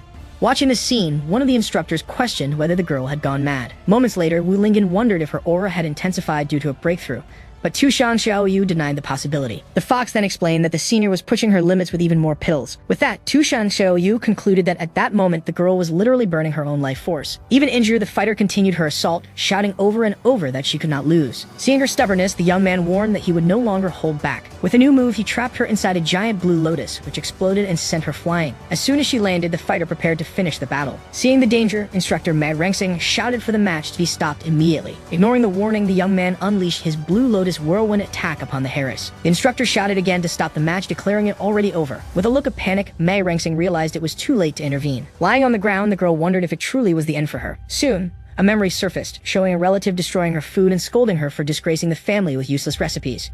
In her recollection, the young woman asked why the Murong family could not free themselves from the shackles of alchemy, since her food had the same effect as pills. The only answer she received was a slap, as she was told that cooking was a disgrace to the family name. With that, her relatives decided to send her to Xuanxian Academy, planning to arrange a marriage for her if she failed. Then one of the family members expelled her, calling her useless and a disgrace to the clan. The memory ended with the girl collapsed on the ground, crying as she clenched her fists. With a determined gaze, she swore to prove that the food she made was just as good as any pill. Back in the present, as energy enveloped her, the fighter wondered if anything could truly change. At the last second, the energy attack was halted before striking her. Suddenly, Wu Lingjin appeared in front of the girl, blocking the final blow. With a serious expression, he stared at the rival and declared that he could not allow her to be harmed because Senior Murong was a good person. When asked if he was trying to stop him, the young man vowed that he would. The intent was to hurt her. With a smile, the fighter called him brave for daring to challenge him. Suddenly, instructor Mei Rengsing leaped between the two and ordered everyone to leave the arena, declaring the match over. Then the examiner pointed to the wounded youth and declared him the winner of the battle. With a spin of his weapon, the young man prepared to leave the arena. Before leaving, he warned that the other must win his next match or else he would not have the chance to face him personally. Not understanding the threat, Wu Lingjin replied that he would do his best to pass the first round. With that, Tushang Xiaoyu scolded him for being so calm in the face of a clear threat, but he did not understand what happened. At that moment, the heiress began coughing, still weakened from the fight. As Wu Lingjin supported her and asked if she was all right, the young woman thanked him for saving her. With a sad expression, she lamented that she had not been able to win a single round even after giving her all. Then the girl began crying in frustration. Suddenly, she vomited and Wu Lingjin, alarmed, asked Tushang Xiaoyu to quickly fetch some healing pills. As he held her in his arms, he tried to comfort her, but the fighter insisted that she was fine. Soon after, she explained that she had simply eaten too much, making Tushang Xiaoyu complain about the disgusting sight. With kindness, Wu Lingjin offered to help Senior Murong down to rest, and she thanked him. Before they could leave, instructor Mei Rengsing interrupted and questioned where the boy thought he was going. Right after, he informed him that it was now his turn to fight in the arena. With that, the examiner revealed that his opponent was Wang Tishu, who glared at him with a scornful smile. Wu Lingjin then asked Tushang Xiaoyu to escort the heiress off stage, and the young woman wished him good luck. As she supported her, the fox grumbled at her thoughts about having to care for that foolish woman. Immediately, Mei Rengsing ordered both sides to prepare for combat. In the arena, Wu Lingjin faced his opponent, who waited on the other side. With mockery, Wang Tishu declared that it seemed he had given up his last chance to survive. In response, the boy only stared back in silence, showing no reaction. With a leap, the instructor stepped back and officially announced the start of the match. Striking the ground with his weapon, the rival declared that if that was the case, he would have to kill him. In the audience, everyone worried about the fighter's power, but Tushang Xiaoyu reassured them, stating they did not know Lingjin's strength. With complete confidence, she declared that no attack would be able to bring him down. In the arena, Wang Tishu only observed his enemy, readying himself for the final strike. Not understanding his opponent's posture, Wu Lingjin wondered what kind of move it was. Suddenly, Wang Tishu shouted and released a dark aura that tore his clothes from top to bottom. Then a bright light exploded in front of Wu Lingjin, who observed the scene silently. His opponent appeared wearing pink undergarments and performed his iron pillar dance. The visual impact made the young man bleed instantly from the nose. In the stands, several spectators also collapsed backward, bleeding as well. Disgusted, Tianjai explained that the move caused such nausea that people could not remain standing. Instructor Huang Luhong commented that using such a visually aggressive strike was a disgrace to the academy. With that, Headmaster Yu Changxing corrected him, affirming that the visual effect was only a distraction. He then asked if he had not noticed that something was wrong with everyone in the stands. Kneeling and clutching his stomach, Wu Lingjin felt nauseous and could barely stay upright. Seizing the chance, Wang Tizhu leaped with his weapon and shouted for him to die. The pillar struck the ground with force, raising a cloud of dust and debris. Even weakened, Wu Lingjin managed to leap away and dodge the strike. With a growl, Wang Tizhu prepared to attack again, giving no chance to escape. With a spinning move, the rival executed his iron pillar whirlwind dance around Wu Lingjin. In the audience, the spectators could no longer bear the scene, covering their eyes and vomiting from nausea. Beside Tushang Xiaoyu, the heiress suddenly seemed to understand what was happening. She then explained that the disgusting behavior was only a distraction for the true trick, the toxic smoke released by the iron pillar. With a victorious smile, Wang Tizhu boasted that the entire arena was already filled with his poisonous fumes. Thus, feeling the effects of the poison, the young man covered his mouth, struggling to resist. Meanwhile, Tushang Xiaoyu accused him of being despicable for secretly using poison. In response, the assassin declared that in a life-and-death stage, all means were fair. From afar, Mei Yanli watched with satisfaction, praising the performance of the hired fighter. At his side, Xiao Huowu commented that he almost fell for the trick, but the instructor corrected him, saying he indeed had. Soon after, Wang Tizhu advanced with a shout and demanded that his opponent die in agony. However, paralyzed by the poison, the boy wondered what was happening, as his body would not move and his head throbbed with pain. Gradually, his expression shifted to panic as he realized the severity of the situation. Seeing his rival struggle, the assassin mocked him for still trying to fight without even using 10% of his strength. He then approached for the final blow, promising to end his suffering quickly. With that, the pillar struck the boy's face directly,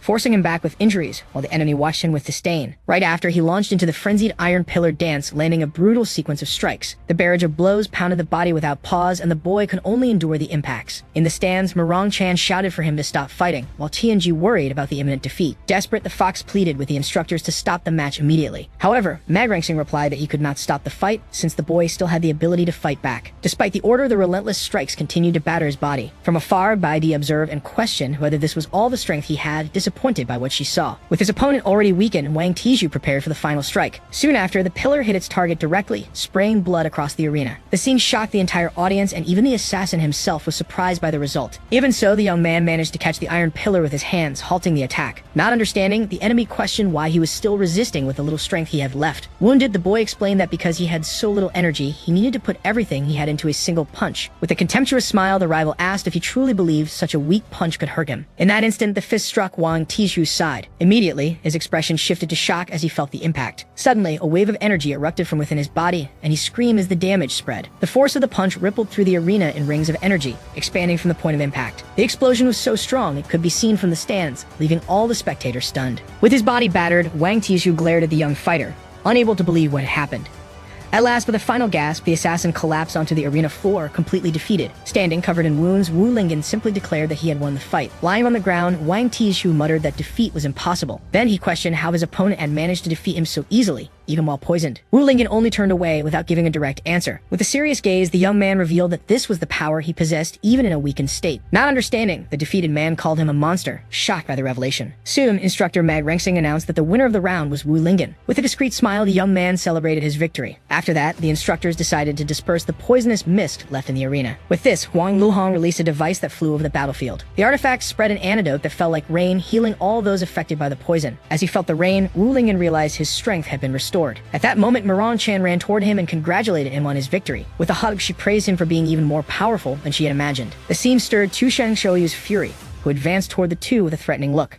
While the young man was being embraced, the fox came closer and closer, ready to intervene. With a shout, Tushang Xiaoyu placed herself between them and warned Murong Chan not to get so close to Lingjin. The girl tried to justify herself, but the fox accused her of being interested in his body. From afar, Xiao Huovu complained that it should be him surrounded by beautiful girls, and Mei Yanli questioned why he felt that way. Soon, the instructor admitted that the winner's strength had indeed surpassed his expectations. Then Mei Yanli asked Xiao Huohu if he was certain he could handle that opponent. With an aura of confidence, the young man replied that the word lose did not exist in his dictionary. At that moment, Xiao Chunhu appeared from behind and fined him 500 spirit stones for setting fire to the academy. Annoyed, the young man questioned the penalty, but Mei Yanli restrained him so he would not act rashly. In a whisper, he warned that this man was the academy's disciplinarian and also the headmaster's uncle. Xiao Chunhu only observed the scene with a serious and intimidating expression. With that, Mei Yanli pointed out that the headmaster was watching the commotion from afar. Reluctantly, Xiao Huohu agreed to pay the fine and handed over a bag of spirit stones. Immediately, he received another punishment, this time of 1,000 stones, for maliciously attacking an academy staff member. While Mei Yanli tried to calm him down, the young man shouted in rage but ended up agreeing to pay. As soon as the two left, he knelt on the ground and swore he would make the headmaster and that old man pay double for what they had done. Falling to the ground with his anger boiling, Xiao Huohu cast one last glance toward Wu Lingjin, as if blaming him for his frustrations as well. Suddenly, Wu Lingjin shivered, feeling a cold chill run down his spine. He muttered under his breath that the air had grown strange, leaving Tu Shen Xiaoyu intrigued. Soon after, Tianji congratulated him for defeating a 5-star assassin, but Wu Lingjin replied seriously that the fight had not been as simple as it looked. With a mischievous smile, the informant revealed that the battle had earned him valuable information about Wang Tishu, which he could sell for a good price on the black market. At that moment, instructor Mag Rengsing called Tianji, reminding him that his participation in the first round was still pending. Surprised, the boy realized it was his turn to fight. With firm and cautious steps, he climbed onto the arena to face his opponent. On the other side, Yu Jiaxu waited silently, a young man with red hair and a calm gaze. In the upper seats, headmaster Yu Changsing confirmed to Huang Luhong that the boy was indeed his useless grandson. He then explained that since the youth refused to learn the family's techniques, he had no choice but to send him to the academy. In the stands, the revelation stirred murmurs among the students, who commented on the competitor's identity. While Wu Lingjin's group showed concern, Qianjie remained calm and declared that his leader was underestimating him. With his book in hand, he stated that even without great combat skill, intelligence could compensate for the difference in strength. Facing Yu Jiaxu, he revealed that he already possessed much information about him, since he was the headmaster's grandson. With confidence, he declared that by using the secret techniques of the Tianji sect, he would never fall without a fight. As soon as the instructor announced the start of the match, the two locked eyes intensely. Soon, Qianji activated his divine technique, and a celestial eye opened on his forehead. Tu Shang Xiaoyu, surprised, explained that it was a secret ability of the Tianji sect, mastered by only a few capable of seeing the future.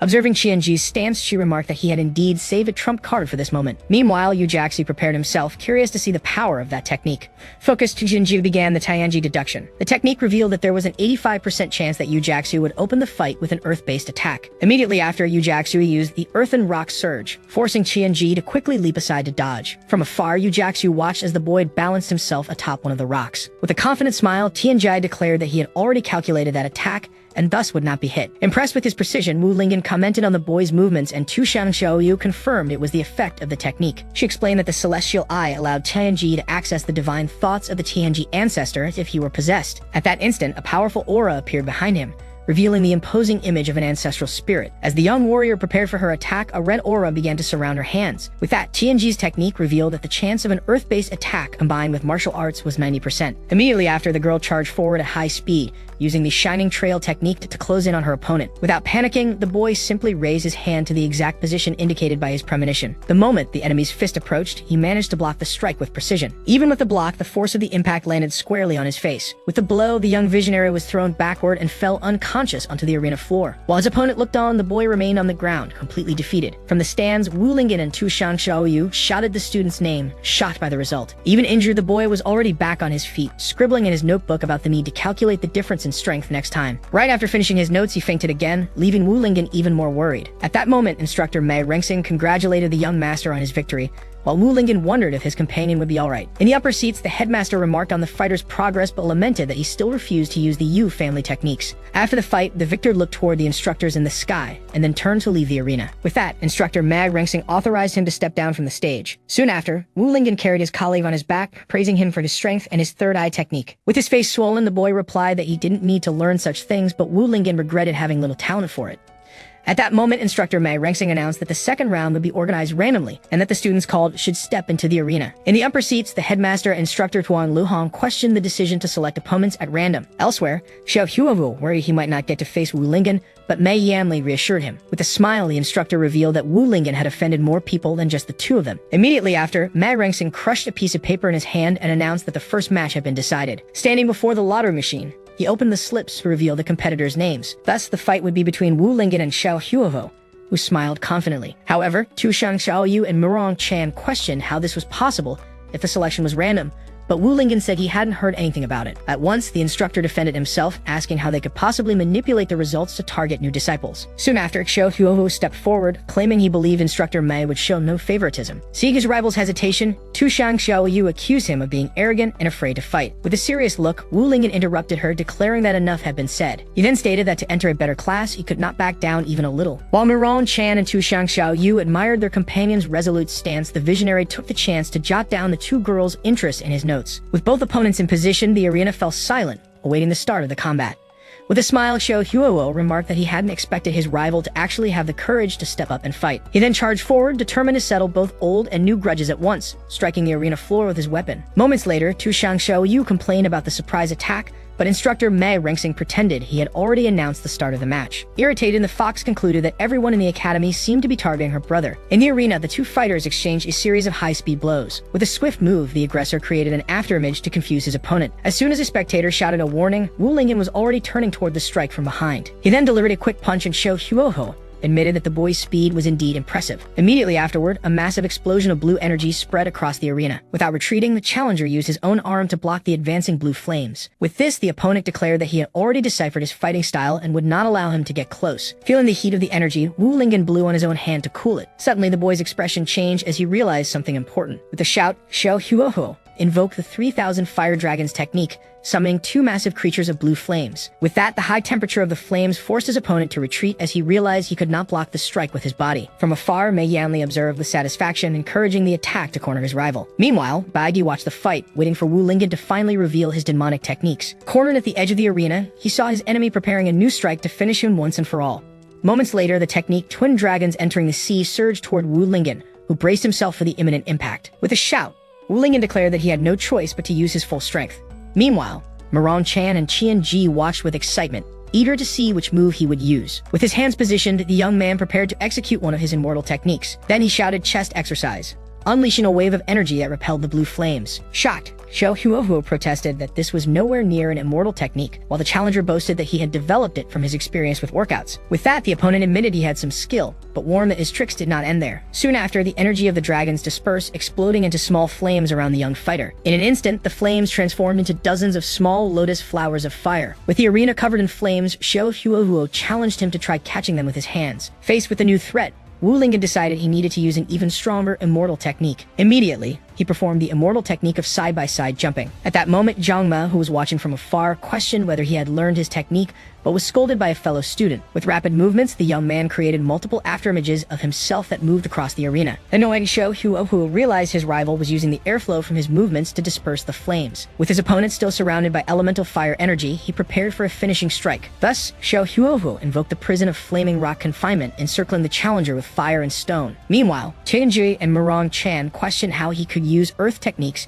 and the informant noted the absence of elemental fluctuations. Soon after, Mei Yanli bragged about Xiao Huo's 5-element switching technique, prompting the boy to complain that he was just making up names. With a smile, the opponent reflected on how the natives of this world did not understand the principles of the 5 elements. In the upper seats, Headmaster Yu Tangsing ordered Huang Luhong to record the boy's technique. However, the instructor recalled the high cost of spiritual rock crystals, causing the headmaster to choke in surprise. Back in the arena, Xiao Huohuo boasted that with knowledge of the world's principles, his techniques had infinite variations. With a new shout, he prepared to unleash his finishing strike. Then the young man executed the piercing rock explosion, causing the walls of fire and stone to collapse upon his opponent. Soon after, the rocks and flames came crashing down on Wu Lingjin, who was trapped at the center of the explosion. Thus, Qianji and Marong Chan shouted his name, worried about the result of the attack. While the headmaster lamented the loss of his spirit stones, Huang Luhong tried to get his attention. With a chicken leg in her hand, Marong Chan prepared to rush in to save Wu Lingjin, refusing to stand idle. However, Tu Shang Xiaoyu stopped her, insisting she should not make her brother's problems worse. With total confidence, the fox reassured her, guaranteeing that such a small technique was no problem for him. With an air of superiority, Xiao Huohuo declared that a native of this world could never compare to him, the son of destiny. Suddenly, the ground of the arena began to tremble and crack beneath his feet, leaving him stunned by what was happening. In the stands, everyone wondered what was going on, questioning whether it was an earthquake. With a confident smile, Tu Shang Xiaoyu simply declared that her brother Lingjin was truly invincible. Then the ground split upward, revealing an intense yellow energy. Soon, Wu Lingjin emerged from the rubble, performing the immortal technique of super speed bench press. The sight left Xiao Huohuo completely shocked, wondering how such a thing was possible. With that, Tu Shang Xiaoyu explained that those stone slabs were nothing compared to her brother's usual training. Amid the debris, the challenger remarked that the weight was still too light for him. Irritated, Xiao Huohuo refused to believe that someone from this world could humiliate him. He then declared that, as the chosen one, there was no way he could lose to a mere nobody. With that, the young man used the metal borrowing the Earth's momentum technique to strengthen his weapon. Soon after, he prepared to unleash the thunder strike against his opponent. In the upper seats, the headmaster lamented that rage had clouded his grandson's judgment, making him forget his opponent's greatest ability. Back in the arena, Wu Lingjin prepared to use another of his immortal techniques. As the attack descended, the boy performed the body rotation exercise. With a spinning kick, he struck his opponent's weapon directly, shattering it into pieces. The impact of the blow was reflected in Xiao Huo's eyes as he watched his weapon destroyed. With his rival disarmed, Wu Lingjin turned and declared that he had lost.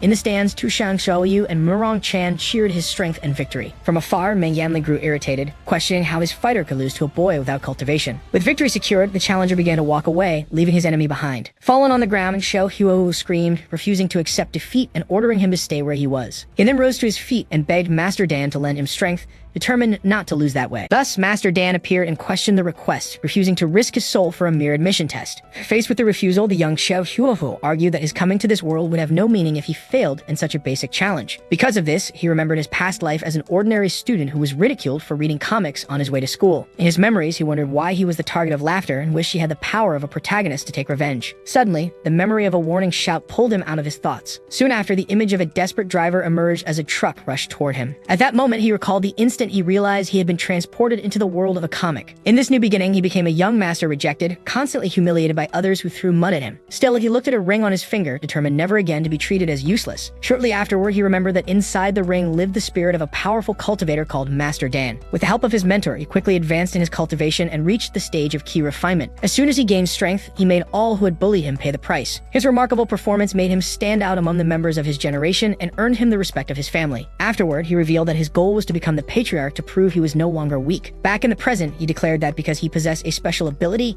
he could not be defeated by a background character. The master sighed, grumbled, but finally agreed to help the boy. Right after, he used a burst of energy to transfer the Xia he had accumulated, warning that he would provide support only for a brief period. The young man smiled, absorbing the luminous energy and assuring his ally that there was no need to worry. From afar, Huang Luhong commented to Dean Yu Tang, saying that the Qi emanating from him seemed abnormal. The elder cultivator explained that although his strength was limited, the most important thing was being able to invoke the flames of the 5 elements. Then the boy invoked the flame of the water element. Soon after, he unleashed an explosive wave of water against Wu Lingjin. The opponent was struck head-on, trapped inside a water prison. Desperate, he began to drown and struggle within the aquatic bubble. In the audience, everyone was shocked, realizing that the boy's cultivation base had surged to the golden core stage. Mei Yanli immediately accused the competitor of cheating, but Tu Shang Xiaoyu scolded him, demanding that he present some proof. The challenger then mocked his rival, claiming that even his superhuman strength would be weakened by the water. Next, he generated the metal element. Smiling, he invoked the technique Black Iron Shard Spikes to pierce the opponent. However, Wu Lingjin quickly used a swimming technique to dodge the rain of iron spikes. As soon as he noticed the escape, Xiao Huohu shouted that the rival would not get away and invoked the wood element. Right after, shadowy vines emerged in the water and bound Wu Lingjin, immobilizing his movements. While the challenger commented on the strength of the branches, the young man affirmed that this was the effect of the golden core level technique. Unexpectedly, he bit his own finger hard, making blood drip. At that moment, Master Dan questioned him for using his vital blood, but the boy replied that he only had enough energy for one more strike and needed to guarantee victory. With that, he explained the cycle of generation of the 5 elements, preparing to combine all the powers. Little by little, all the energy concentrated in his hand, forming an intense light. Next, he fired the attack Celestial Tyrannical Slash of Primordial Sky at the imprisoned opponent. Immediately, the audience panicked upon realizing the battle exceeded the level of key refinement and shouted for help. At the last moment, Dean Yu Tangsing leaped toward the arena to intervene. Quickly, he released a red energy barrier to suppress the shockwave of the attack. While the barrier contained the explosion, a student commented that enrolling there had been the right decision despite the dean's exposed prosthetic leg. Behind his attack, the young man shouted that he would no longer be ignored and that he needed to win at any cost. The energy beam finally struck the water prison head-on, completely engulfing Wu Lingjin's silhouette. Even inside the bubble, the opponent apologized and clenched his fist tightly, causing the vines to break apart. The boy then observed his enemy's reaction. Wu Lingjin declared that he had a greater reason not to lose. He then prepared to use an immortal art technique called Common Direct Punch. The blow collided directly with the energy beam, making the challenger's cloak fly backward from the impact. Not understanding the force of that strike, Xiao Huohu observed the clash. Soon, a massive explosion formed at the collision point, as the young man questioned how that was possible. Moments later, the light of the explosion completely engulfed the arena. Protected by the barrier, the students commented that the shockwave would have been fatal without the dean's help. In that tense atmosphere, Yu Tangsing observed the smoke and wondered how a blow without spiritual energy could be so powerful. The dust began to settle, revealing Wu Lingjin's silhouette still standing. Fallen to his knees, the transmigrator heard Master Dan admit that they had been defeated. Even with the master asking him to stop, the boy refused to accept it, declaring that someone from another world could not possibly lose. The opponent then approached, apologized, and raised 2 fingers toward his rival. With a swift movement, he struck with his fingers, slamming the challenger into the arena floor. Collapsed in the pit, Xiao Huohu remained completely knocked out.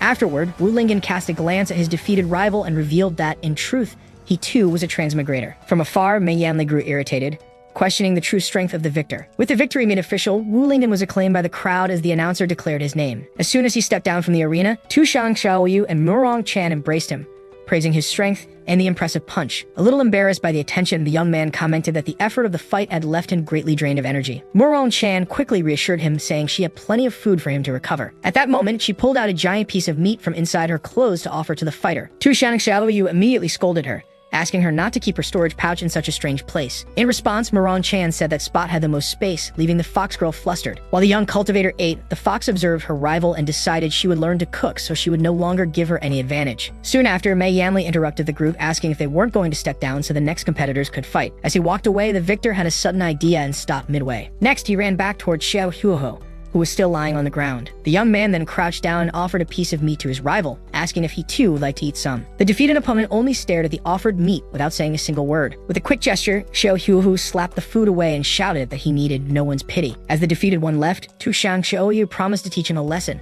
but Wu Lingjin stopped her, saying he too would be in a bad mood if he had lost. Right after, Murong Chan questioned his generous attitude, to which he explained that he held no grudge since they were compatriots. With that, the two girls looked at him without understanding the meaning of that word. From afar, Mei Yanli observed the young man walking away and mocked him for calling himself the chosen of the heavens. He then decided he would need to think of another way to deal with Wu Lingjin.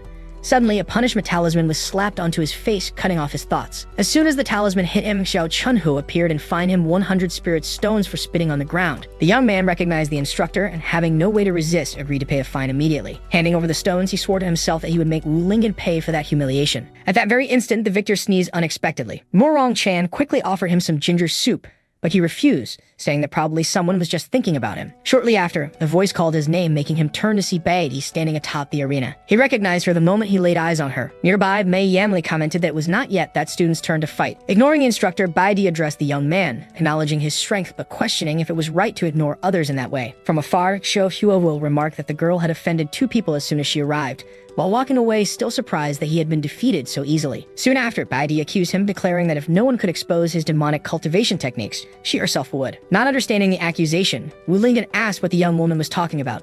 Next, she asked Mei Yanli to advance her match and he agreed, explaining that it would be necessary to draw an opponent. The instructor only smiled when the student refused the draw. With sword in hand, Baidi challenged all advanced level students to step onto the arena and face her, with the exception of Wu Lingjin. In the audience, a disciple asked if she thought herself invincible for having superior cultivation, to which another replied that, in truth, that was already enough. Watching the scene, Xiao Huohuo commented to Master Dan that this was the woman of his interest, but the spirit retorted that she seemed to have eyes only for Wu Lingjin. The elder then reminded his disciple that Wu Lingjin himself was also a transmigrator, advising him to stop dreaming of being the son of the heavens and to focus on his training. The young man, however, replied that having a rival with the same origin only confirmed his status as the chosen, which left the master irritated. With a determined look, he promised himself that he would overcome every difficulty and crush his opponents. Faced with the situation, Huang Lohong asked the dean if this was not against the rules, but Yu Tangsing replied that it was good to see some spirit in the youth. The dean then asked Baidi if she was certain of her decision, and the girl confirmed, saying she did not want to waste time. With that, Yu Tangsing declared that he was eager to see the skills of the new generation of cultivators. Without further delay, Mei Yanli shouted, announcing that the battle had begun. Outraged by the challenge, several students attacked at once,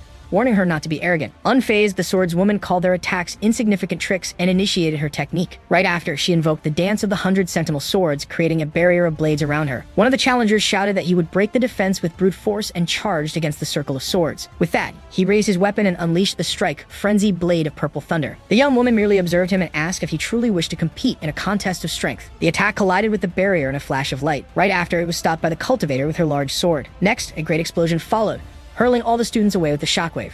The challenger who had led the attack was flung out of the arena with the impact. Moments later, he crashed hard onto the ground before the other spectators. In the audience, Zhangme commented that she was indeed the greatest genius of the generation, having defeated the young master of the Savage Blade sect with a single strike. Xinji added that the swordsmanship of Yuzhen Peak was truly impressive, while the victor observed the fallen opponents. Soon after, Qianji turned to Zhangme and asked why he had not stepped into the arena since he too had been promoted. With a smile, the young master replied that he would not lose to a mere subordinate, leaving Qianji puzzled by such pride. Suddenly, Bai Di noticed movement coming from the dust.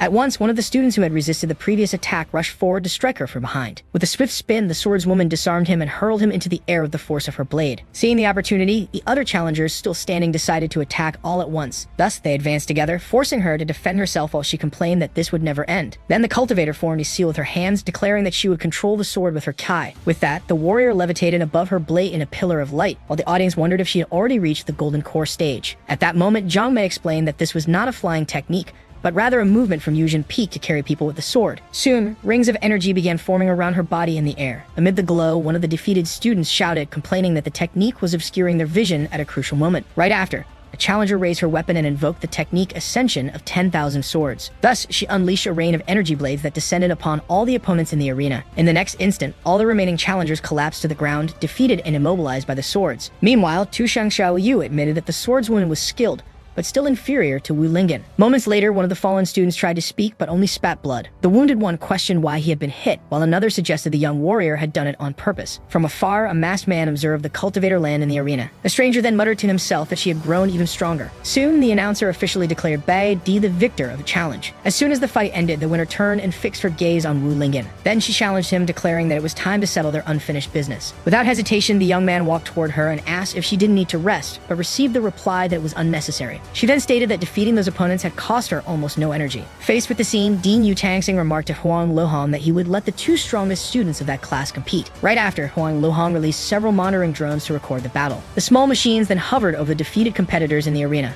Among them, one of the drones grabbed the student by the hair to remove him, while the wounded boy cried out in pain. Not knowing how to react, Wu Lingjin tried to start a conversation. However, Bai Di cut him off and vowed she would force him to use his full power to expose his identity as a demonic cultivator. Laughing at the situation, the challenger denied the accusation and explained that he did not even possess cultivation, while bringing a blade closer to his own neck. Next, Wu Lingjin asked why she insisted on killing him, even if he were a demonic cultivator. In response, the swordswoman said he knew nothing of what she had endured, as she recalled a bloody scene from her past. Realizing the young woman had grown even angrier, Wu Lingjin braced himself for the imminent attack. Soon, the cultivator invoked her technique and released a column of sword energy that shot toward the heavens. Faced with it, he felt the power of spiritual Qi and concluded that he could not take the strike head-on. Thus, using an immortal art, the challenger leaped at the exact moment the energy struck the ground. The force of the impact propelled him even higher, away from the explosion. While dodging, the young man continued rising into the air. In the audience, Zhang questioned how he could fly with nothing but the strength of his legs, while Tianjie praised him. In the air, Wu Lingjin remarked that he had finally managed to escape the attack. Suddenly, the swordswoman appeared, flying on her blade, and challenged him to escape her next strike. Soon after, she prepared her sword again, gathering energy along the blade. Then she unleashed a massive vertical slash of energy toward her opponent. The attack struck the arena floor with destructive force, raising dust and debris. As the strike ended, the warrior landed amidst the smoke, fragments fallen all around her. At that moment, the pavilion master questioned whether the fight was too dangerous, but the dean considered the test interesting. With that, the cultivator readied herself to face the immortal art coming her way. Suddenly, Wu Lingjin appeared and blocked the sword energy with his bare hands. Muron Chan was stunned at the sight, while Tu Xiaoyu declared that his strength was unimaginable. Even so, the challenger pressed forward, determined to force him to reveal his true trump cards. Soon, she invoked a technique that created a vortex of swords in the sky above his head. Next, the young woman unleashed a rain of spiritual blades at her rival. Fallen on the ground, the young man simply opened his mouth and began absorbing all the energy of the attack. The swords then clashed against his body, which absorbed the entire impact. Thus, the sight revealed that Wu Lingjin had stopped all the blades to the complete shock of his opponent. From afar, the instructor watched closely and commented how familiar it seemed to him. Then the cultivator gathered the energy of the swords into a sphere and held it in his hands. Calmly, he hurled the sphere back at his challenger and said she was not his opponent. The sphere landed on the ground as the warrior glared at him furiously. With a determined expression, the swordswoman declared that she would never yield to a demonic cultivator. At that moment, the story rewound 10 years into the past to Yujin Peak, where a child's voice called out for her mother. At that time, little Bai Di, only 5 years old, rejoiced when she managed to sense spiritual energy for the first time. Soon after, the mother embraced little Bai Di, praising her for managing to guide Qi into her body at only 5 years old. With that, Hua Yu declared with conviction that she was certain her daughter would become the greatest of masters and transform Yujin Peak into a better place. The girl then promised she would try her best, while her mother praised her for being so obedient. Suddenly, a male voice interrupted the conversation, telling her not to raise the child in such a naive way. At that instant, Bai Jianren, the girl's father, criticized her for being proud of merely sensing Kai, stating that she would never be able to lead the sect that way. Hua Yu immediately scolded him, reminding him of his own failures in childhood, but he retorted that talent without a strong heart was useless. Ignoring her husband, the mother called her daughter to celebrate her birthday with a special meal. As they walked together, Wu Yu explained that the father was right and that being a woman, she would have to become even stronger to lead the sect. With those words of encouragement, the little girl immediately sat down to meditate, promising to train hard until she reached the key refinement stage. From afar, the father watched silently and said he would return later to check on her progress. As soon as he turned away, he hid in a corner. Concealed, the man began to cry, questioning if he had been too harsh with his words. Unexpectedly, his wife appeared and startled him, saying she had hurt him because he was making too much noise. She then teased him for acting so severe when he hated to see his daughter suffer, but he replied that he needed to be a strict father and leader to guide her.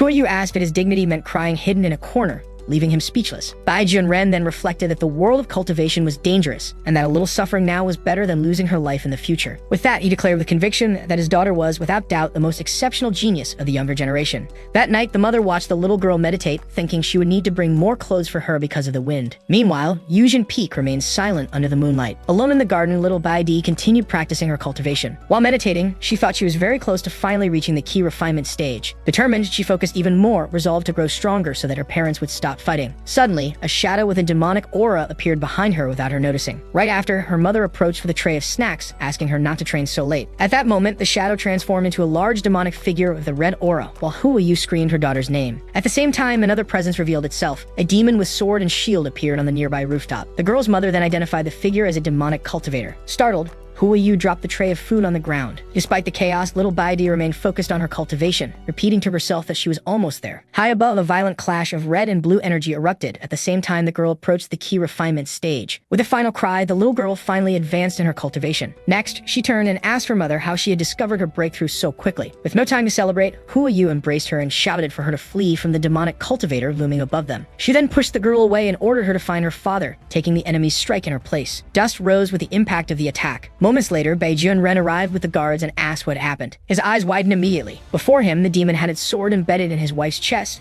as she shielded their daughter with her own body. With a furious roar, the patriarch invoked a chain technique to bind the intruder. Chains of energy wrapped around the enemy's body, immobilizing him. While the adversary was restrained, Junren leaped into the air, preparing a final strike with his sword. With all his strength, he delivered a devastating slash down upon the demon. After defeating the creature, the father rushed to support Wu Yu and tried to reassure her, saying everything was fine. The daughter then cried out that her mother was bleeding too much, but he only replied that he already knew. With her last breath, the woman apologized. As she died, she lamented not having taken better care of her daughter, leaving little baby stained with blood. With a final desperate call, Wu Yu's hand fell lifeless to the ground. The little girl then tried to wake her, begging her to open her eyes. Next, the father turned to his daughter and reminded her that this was her birthday. He held her tightly. Weeping, Bai Junren handed her a sword and told her to protect herself since her mother was no longer there. Back in the present, the cultivator declared she would never surrender to a demonic cultivator, while Wu Lingjin insisted he was not one of them. With tears in her eyes, Bai Di swore to use her sword to exterminate all demons, while the young man was shocked, unable to understand why. The young woman then stated she knew ordinary strikes would not work against him, but that he should not underestimate her.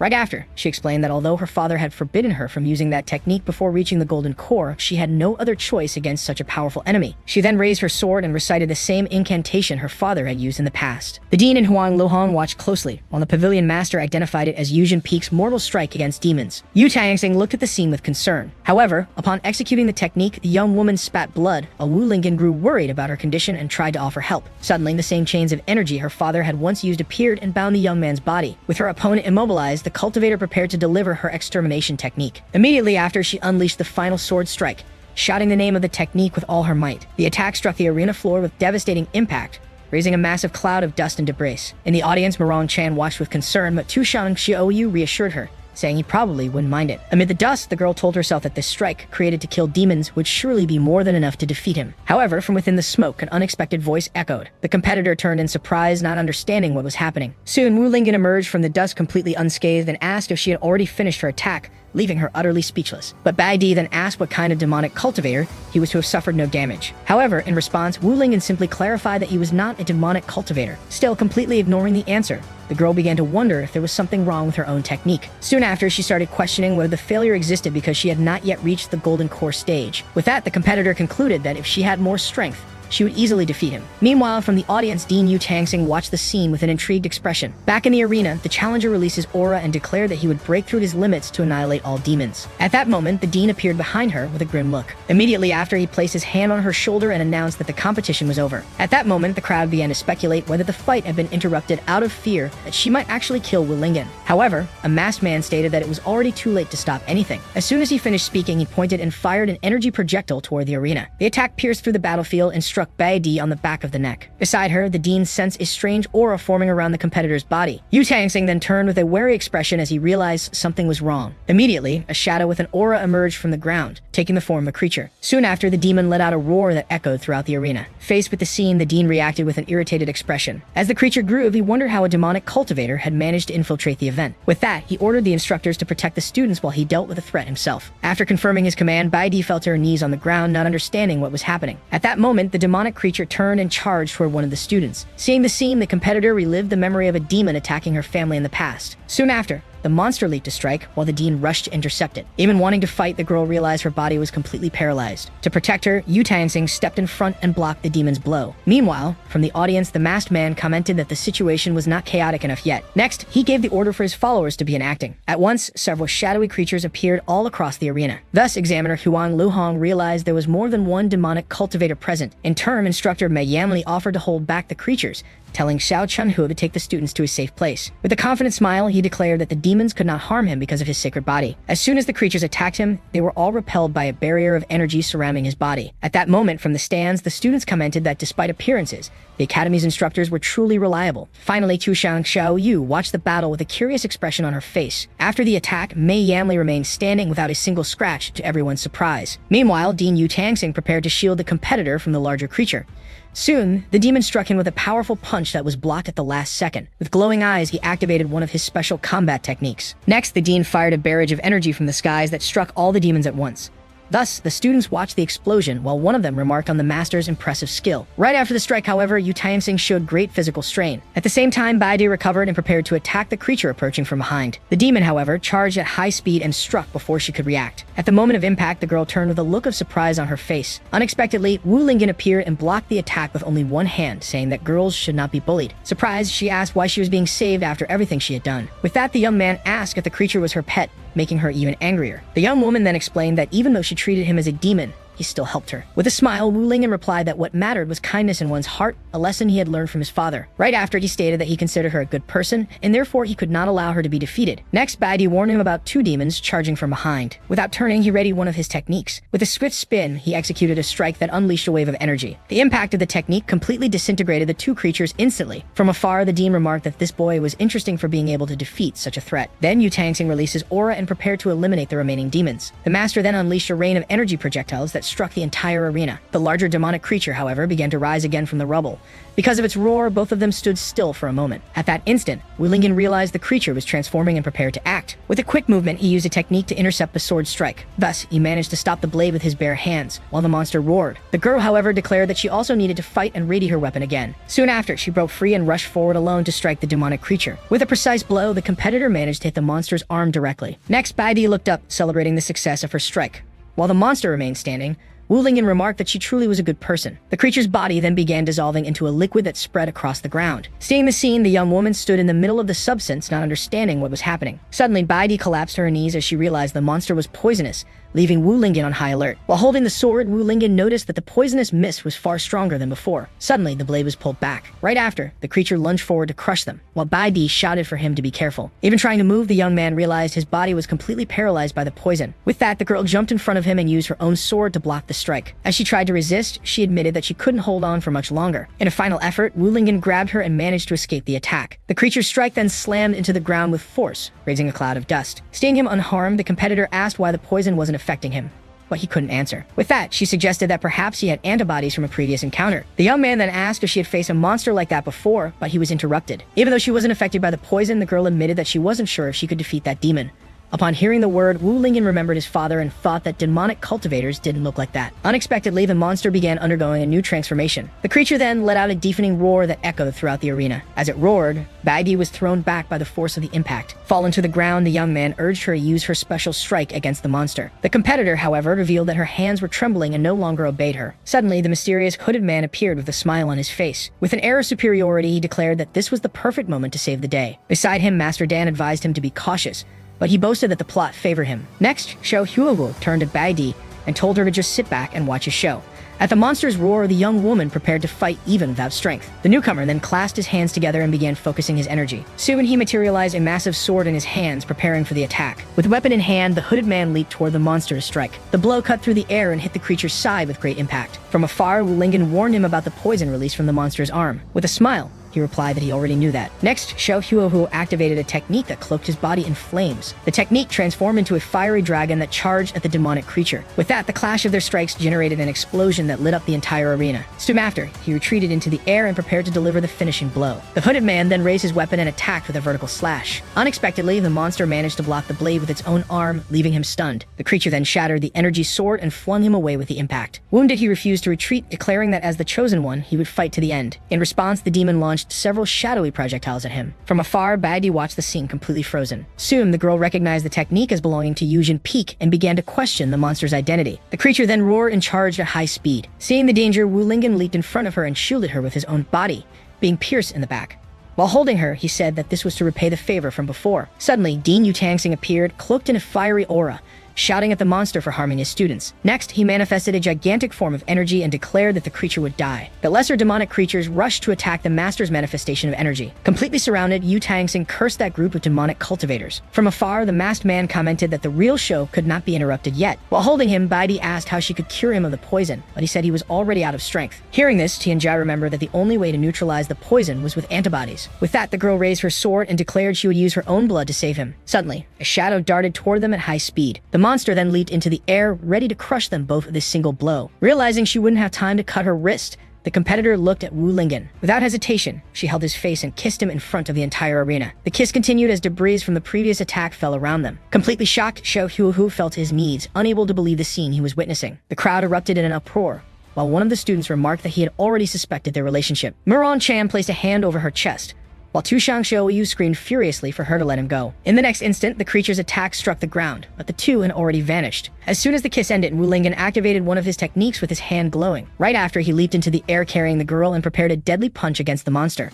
The strike hit the creature from below, generating a devastating impact. After the blow, a trickle of blood ran from the corner of his mouth. Finally, he adjusted her in his arms and declared that his strength had been restored. While holding her, Baidi looked at him with a flushed face, not knowing what to think. However, with a confident smile, the young man looked back at her, and she realized that he had an attractive appearance. Soon after, Wu Lingjin asked why her face was red, and the young woman replied that it was because of his injuries. Thus, upon seeing the scene, Dean Yu Tangsing seemed relieved that nothing serious had happened. Then he turned toward the demons and unleashed a massive fire attack to make them pay. Meanwhile, the masked man observed the rain of energy projectiles approaching. But with his swift movement, he used an energy technique to shield himself from the strike. Back on the ground, Yu Tangsing pointed in his direction and identified him as the true culprit. Immediately after, the dean ordered that he die on the spot.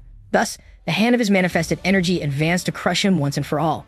Because of this, the blow struck the ground and caused a massive explosion in the area. After the impact, Yu Tangsing's face showed surprise, for in the middle of the crater, he found a substitution doll and realized the trick. Without understanding the situation, the dean wondered what the true objective of those demons was. Soon after, the scene shifted to the front of the Academy's library pavilion. At that moment, portals of dark energy began to open on the pavilion's walls. Inside, the masked man commented that the heroes were fools for thinking he would attack from the front. With that, he summoned several arachnid-like creatures from an energy sphere in his hand. Next, the invader declared that he only needed to find a certain item to complete his plan. Thus, the creatures scattered across the shelves until one of them found what it sought. Soon, one of the arachnids brought a book and placed it at his feet. Then the masked man picked up the item and mocked the Academy's lack of security. With the book in hand, he lifted his gaze forward with a victorious expression. Suddenly, a voice declared that the library was a restricted area with a heavy fine for trespassers. Seeing the caretaker, the invader mocked his decline in power, but he replied that it was none of his concern. Thus, the guardian demanded that he restore the place and pay the fine immediately. With a defiant smile, the masked man asked what would happen if he refused. At that moment, the caretaker warned him not to say he had been told and lunged forward to strike with his broom. In the next instant, however, the guardian's body was pierced by a counterattack. From the impact, he was hurled out of the building with tremendous force. Meanwhile,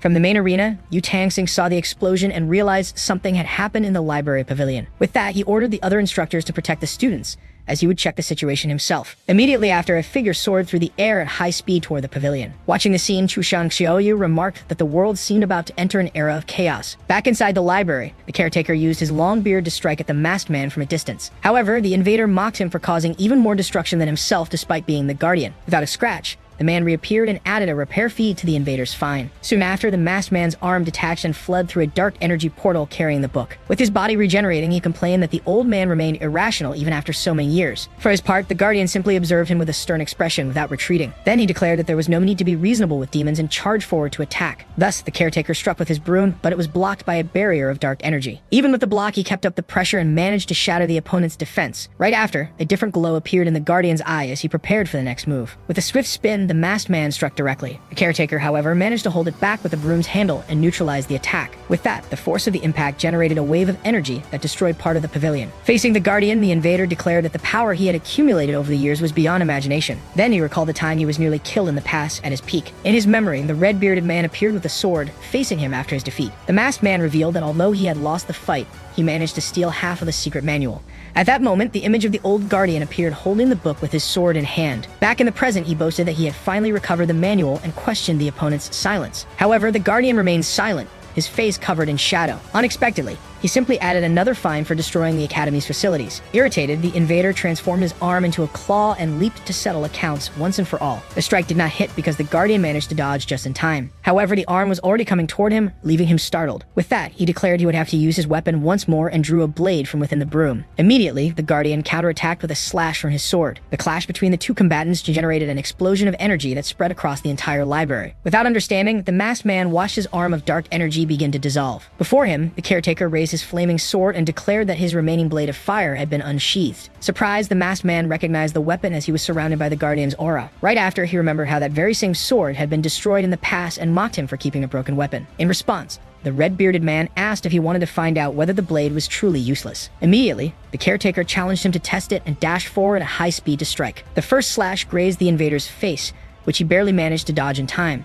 Right after, the sword came down and struck him with a devastating vertical blow. The masked man's body was then split in half in an instant. After watching him fall to the ground, the guardian declared that it should finally be over. Unexpectedly, a strange mass began to emerge from the wound in his body. At that moment, the caretaker observed the scene with a look of surprise on his face. Suddenly, the invader's body began to rise again, shrouded in a dark aura. The mask then transformed into a new creature with a monstrous appearance. With his body half regenerated, he remarked that the old guardian was no easy opponent. Faced with the transformation, the caretaker questioned what kind of demonic technique he had trained. As he stood, the masked man stated that his goal had been accomplished and that he would return once he had mastered the manual. With sword in hand, the guardian declared that he would not let him escape again. The invader then threatened him, saying that the academy he protected would be destroyed if he followed. Even as the dark energy surrounded him, the caretaker remained still, refusing to retreat. With a furious cry, he prepared to unleash all his power. At that instant, he ran his own arm along the sword's blade to activate it with his blood. With the weapon cloaked in aura, he vowed that he would not let him escape. The masked man laughed and dared him to try as a wave of energy surged forward to strike. The guardian then leaped into the air and clashed with the enemy's dark energy. Suddenly, Dean Yutangsing arrived at the scene and asked if his uncle was alright. Kneeling on the ground, the caretaker scolded him for his recklessness and his age. With the sword in hand, he stated that he would have killed the invader if not for the academy's protection. Next, the dean supported the wounded guardian and asked who was responsible for the attack. The uncle then revealed that the invader was Sima Yu, an ancient and powerful demonic cultivator. Hearing the name, Yu Tangsing reacted with surprise, recalling the legend of the demon. He then explained that in order to defeat him in the past, the Alliance of the Righteous had sent more than 30 specialists. A vision of the past then showed the guardian and the other warriors joining forces to face Sima Yu. It was revealed that the demon was only defeated after the sacrifice of more than 20 masters. The caretaker then said that Yu Tangsing should have already realized that this was no ordinary demonic technique. Next, he clarified that Sima Yu's power consisted of controlling the heart demons within people. The dean confirmed that his instincts were correct and that the attackers were manifestations. Even with the guardian insisting that he needed to kill him, his nephew advised him not to waste energy. He then instructed his nephew to notify the Alliance of the Righteous about the imminent war that Sima Yu would soon unleash. With his hand wounded, the guardian gripped the sword's hilt firmly. He then declared that he no longer had the strength to protect the academy as his blade dissolved into light. When asked about the arena, the dean reassured him, stating that he had already contained all the other demons. Suddenly, Yu Tangsing sensed something wrong and looked to the sky. The caretaker then saw a final heart demon escaping and shouted for it to return for a reckoning. Meanwhile, in the arena, the students commented on how fortunate they were to have instructors to protect them. Before the remains of a creature, the crowd shouted insults, while Wu Lingjin observed the hatred toward demonic cultivators. Beside him, Baidi called his name with a flushed face. With that, the girl thanked him for saving her. Right after, she declared that even admitting his help, she would still investigate him to uncover his true identity. The young man looked at her with a surprised expression. Suddenly, a bright light formed behind the competitor. As the last heart demon charged, he pushed her out of danger. With a swift turn, Wu Lingjin took the impact of the attack in her place. While holding her, she asked why he had risked himself again, even when he didn't need to. He then looked down with a serious expression on his face. After they sat down, he stated that he seemed fine despite the tear in his clothes. Bai Di then gave him a light punch on the chest and scolded him for worrying her on purpose. At that moment, Tu Shang Xiaoyu and Murong Chan approached, with the latter offering food for her to recover. Suddenly, Dean Yu Tangsing appeared in front of them at high speed. The leader then grabbed him to inspect his body, but Tu Shang Xiaoyu questioned his intentions. With a sharp gaze, Yu Tangsing analyzed Wu Lingjin's body closely. The Dean confirmed his suspicions and revealed that something had been planted inside him. Soon after, the image revealed that a seed of the heart demon was lodged in his chest. Although furious, the Dean promised he would not forgive whoever had implanted the seed into his student's body. Not understanding the seriousness of the situation, Wu Lingjin only asked to be released. At that moment, Yu Tangsing observed him closely, finding that reaction quite strange. Soon after, Tu Shang Xiaoyu shoved the old man forcefully and ordered him to let go immediately. Next, she warned Wu Lingjin to keep his distance from that elder, who seemed offended in the background. The Dean then asked from afar if he felt any discomfort, but the boy denied it. Even so, Yu Tangsing found it strange that the seed, lethal to any cultivator, did not affect him. Suddenly, the director shouted for them to wait a moment, leaving the two confused. With a smile, he approached again and celebrated the fact that Wu Lingjin was a commoner without a spiritual root. Thus, he explained that without spiritual energy, the heart demon could not grow, while Tu Shang Xiaoyu bit him. Right after, the man floated into the air and quickly ascended, to the couple's surprise. In the distance, Zhang Me and Qian Ji watched the scene. Floating in the sky, Yu Tangsing announced to everyone that despite the setbacks, the exam was officially over. Next, he continued his speech and declared that all students would be evaluated based on their performance that day. With that, the dean released an intense energy and announced that they would receive their respective rankings in dormitories. Soon after, a beam of light struck Wu Lingjin's shoulder, making him and Tu Shang Xiaoyu look back. The director then informed them that all the information had been entered into the admission passes each of them received. Upon checking his, he read that he was assigned to Class D, Male Dormitory Number 8, Bed 1. From above, Yu Tangsing ordered all students to return to their dormitories and prepare for the next day's classes. With that, Tu Shang Xiaoyu celebrated cheerfully and called for him to hurry to the dormitory. On the way, he asked if she had also received a room, but the answer was that she was not a student. With a smile, the young woman leaned closer and said she had other plans. Next, she declared that, as his guardian, it was natural for her to sleep with him. The young man reminded her that he might have a roommate, but she simply suggested expelling him, while Baidi overheard the conversation. She then looked silently at her own admission pass. Soon, the scene shifted to the dormitory area of Xuanchen Academy, where the couple was heading. Carrying his belongings, Wu Lingjin commented that the dormitory was in the most remote location and with the weakest concentration of energy. Tu Shang Xiaoyu grew furious that they placed him there after his performance, but he accepted it since he was a newcomer. Shortly after, they arrived at a sign indicating Male Dormitory Number 8. Upon opening the door, he noticed a light on and commented that his roommate must have already arrived. Finally, peeking inside, he introduced himself politely, but fell silent when he saw who it was. Suddenly, Wu Lingjin found himself face to face with Baidi coming out of the bath, covered only by a towel. Slamming the door shut, he gasped in shock, while Tu Shang Xiaoyu questioned him. He then looked at the sign again and confirmed to himself that this was indeed Male Dormitory Number 8. Next, he recalled the kiss in the arena and concluded that what he had seen must have been just an illusion. With that in mind, he decided to open the door once more to confirm his suspicions. Soon he saw Baidi with her back turned, finishing getting dressed, and again fell silent. Next, he closed the door once more and wondered if he was under the effect of some illusion art. At that moment, Baidi opened the door from inside, surprising the two outside. Tu Shang Xiaoyu immediately questioned what she was doing there, but the girl replied that she also lived in that room. To prove it, Baidi showed her pass, which assigned her to Bed 2 of Male Dormitory 8. Not believing it, Tu Shang Xiaoyu accused her of being a man in disguise, but the young woman furiously denied it.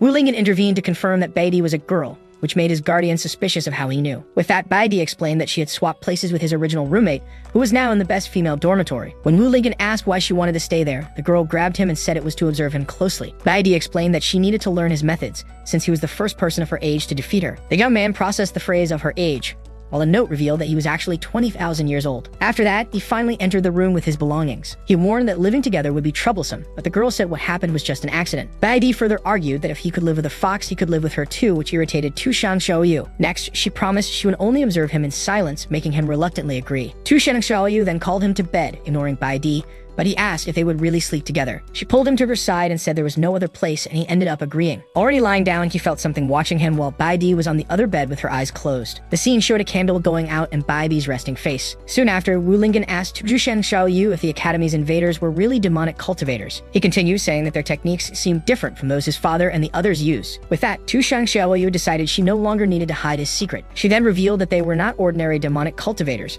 but rather heart demons. As the scene shifted to Zhengyi Peak, a remote place under the moonlight, Wu Lingjin processed the information. At the same time, in a distant magic circle, astral projections discussed Sima Yu's attack on Xuanchen Academy. One of the elders was surprised that the demon was still alive after so long. Soon after, he reported that the invader had injured one of the sages and stolen a secret manual, suggesting the need for more protection. At that moment, the projection of Dean Yu Tangsing intervened to warn of an even more serious problem. With a serious tone, he revealed that the heart demon had appeared in front of all the students. Furthermore, he explained that in order to maintain stability, they had sealed the secret that such creatures were formed from the impurities of cultivators. Faced with this, he questioned how much longer they could keep the secret now that Sima Yu had returned. Then the great elder firmly declared that the current order of the world could not be broken. Shortly after, another man offered that his Tanglong Academy should help deal with the matter as part of the alliance. He further stressed that, as allies, they should face difficulties together, but the dean remained silent. Thus, the elder ended the meeting, assigning the tasks of searching and containing the information to those present. Soon, the astral projections dissipated and vanished from the magic circle. Meanwhile, a silhouette observed a sphere and questioned how the academy could still be number 1 after being invaded so easily. The image revealed Shen Wai Wan, the dean of Tanglong Academy, who vowed that his school would become the most powerful. Then the scene returned to male dormitory number 8, where the conversation continued. At that moment, Tu Shangxiu finished her explanation, stating that this was why the heart demons were the greatest taboo in the cultivation world. After a moment of silence, she realized the young man wasn't responding and called out to him. To her surprise, Wu Lingjin had fallen asleep in the middle of her explanation, which left her irritated. Thus, she decided that perhaps it was better he didn't know all the details and adjusted herself to sleep. Shortly after, both of them fell into a deep slumber side by side. In the middle of the night, Baidi suddenly sat up in her bed. At that moment, her eyes glowed with a red light in the darkness. The next morning, the scene showed the dormitory facade already under daylight. Then Wu Lingjin slowly opened his eyes and realized that morning had already come. Beside him, he and Baide stretched at the same time after a good night's rest. Suddenly, the young man froze and looked to the side, not understanding what was happening. Moments later, the young woman screamed and accused him. Inside the room, the fox awoke with a dark aura and accused the woman of slandering her master. In response, Baide defended herself and claimed that it was the other who had climbed into the bed and pushed her to the floor. As the argument intensified, the students outside commented that the competition's winner really was a playboy. At that moment, a hand rose to interrupt the quarrel. Back in the room, the young man suggested that maybe Baidi had been sleepwalking and ended up in his bed. The girl desperately denied the accusation, while the fox watched her suspiciously. To calm the situation, he reminded them that it was the first day of class and they couldn't be late. While the girl was getting ready, his guardian asked if he would let her go unpunished, but Wu Lingjin only reinforced the importance of class. Suddenly, instructor Mei Yanli opened the door and asked what the gossiping students outside were doing there. At that moment, the two boys tried to cover it up and said they were just passing by, with no intention of spying. Right after, they ran to class so as not to be late, leaving Baidi watching from the doorway. Then the couple started walking toward the classroom, followed closely by the girl. On the way, the young man asked why she was following them since they weren't in the same class, but she replied that observing him was more useful. With that, the two girls started arguing again, while Wu Lingjin asked them to stop. Soon after, they arrived at the sign indicating the school building of Class D. Even amid the argument, the three entered the classroom together. As soon as they entered, Tianji appeared and asked in surprise what Chief Lingjin was doing in that class. Right after, he explained that the classes had been divided by performance, with Class D intended for the worst students. The young man lamented that his talent had only placed him in the worst class, while Tu Shangxiu complained that he had been ranked first. Suddenly, a voice from the front of the room ordered everyone to be silent. Then instructor Mei Yanli introduced himself and demanded absolute silence during his lesson. Both Tianji and Wu Lingjin were surprised to discover that this master would be in charge of their class. The teacher then decided that he would use one of the boys to set an example on the first day. Soon after, he shouted at Tianji for whispering and hurled a book in his direction. The object flew quickly toward the boy's face. At the last moment, Wu Lingjin caught the book and apologized, saying it had been just an instinct. The instructor glared at him angrily for causing trouble, while Tianji thanked him in relief. With a thud, Mei Yanli dropped a stack of books on the desk and ordered everyone to be quiet. Next, he announced that he would begin the first lesson at Xuanchen Academy. Soon, the books flew from the pile and distributed themselves to each student. The master explained that this was the Alliance's standard key training manual, and that they were to follow the instructions. At that moment, a student complained that everyone there should already be above the Kai refining stage, to Wu Lingjin's surprise. Irritated, the instructor struck the young man with a book and said their techniques could not be compared to the Alliance's. Fallen to the ground, the boy was ignored while Baidi questioned why Wu Lingjin hadn't defended him. Next, Mei Yanli explained that the Alliance's technique was the safest and that all of them should use it. Soon after, he turned to the class and said that since they already had experience with Kai refining, they would take a test. The instructor threatened to expel anyone who couldn't guide Kai into their bodies by the end of the lesson. While the other students appeared confident, Wu Lingjin was visibly nervous about the task. Holding the book, he panicked and wondered what he would do since he had no experience at all. Baidi then closed her eyes to focus on the manual's technique. Right after, she formed a hand seal and channeled her energy according to the instructions. With that, a small sphere of power formed at her fingertips, Next, she fired the beam of energy toward the back of the classroom. The energy struck and destroyed one of the desks, to instructor Megaonly's surprise. At that moment, Tu Shang Xiaoyu commented that it was impressive for her to succeed on the first try, but still called her a show-off. The teacher approached and praised the student's good work. Soon after, he informed her that she would have to pay for the broken desk after class. Then Megaonly looked at Wu Lingjin, doubting he could guide Qi without a spiritual root. Meanwhile, one student noticed the instructor's pants were slipping, but another suggested it was just one of his habits. Beside him, the fox asked him not to push himself too hard, but the young man replied that he needed to feel the energy. He then prepared to begin, while Baidi watched closely and took notes. With great effort, he shouted that he had finally managed to feel energy forming inside him. Suddenly, a strange sound echoed beneath him in the classroom. The scene revealed that he had released gas, leaving Tu Shang Xiaoyu and Baidi completely speechless. Collapsed on the floor, he complained that he still didn't feel any energy, making the girl question his training method. Next, he grabbed her shoulders and begged her to teach him how to sense spiritual energy. Even without fully understanding, Baidi explained that he should imagine his body as a bottle and the energy as water flowing inside. With that, Wu Lingjin closed his eyes and tried to visualize his body as a bottle filling with water. Shortly after, he commented that he seemed to finally be feeling something. Immediately after, he let out another burst of gas, making the young woman step back while suggesting he try a different method. While other classmates celebrated their success, the young man lamented his failure, and Baidi wondered how he could be so strong without sensing energy. At that moment, the instructor called for attention and warned those who succeeded not to celebrate too soon. He then displayed his sphere of energy to the class, which wondered where it had come from. The teacher threw the spheres of energy to the students who had completed the initial task. One of the students grabbed the energy sphere with both hands. Instantly, the object's weight crushed him to the ground, making him scream in pain. The instructor explained that the sphere was designed to become lighter the more energy was injected into it. The student then struggled to channel his energy into the sphere and lift it off the ground. With a smile, Mei Yanli added that the sphere only accepted energy from the Alliance's technique, otherwise it would become even heavier. Xinjia explained that the game with energy spheres was a popular sport in the cultivation world, something Wu Lingjin compared to basketball. With that, the instructor launched several spheres and ordered everyone to use the absorbed energy to fill them completely. Soon, the spheres rolled toward the students, who prepared for the challenge.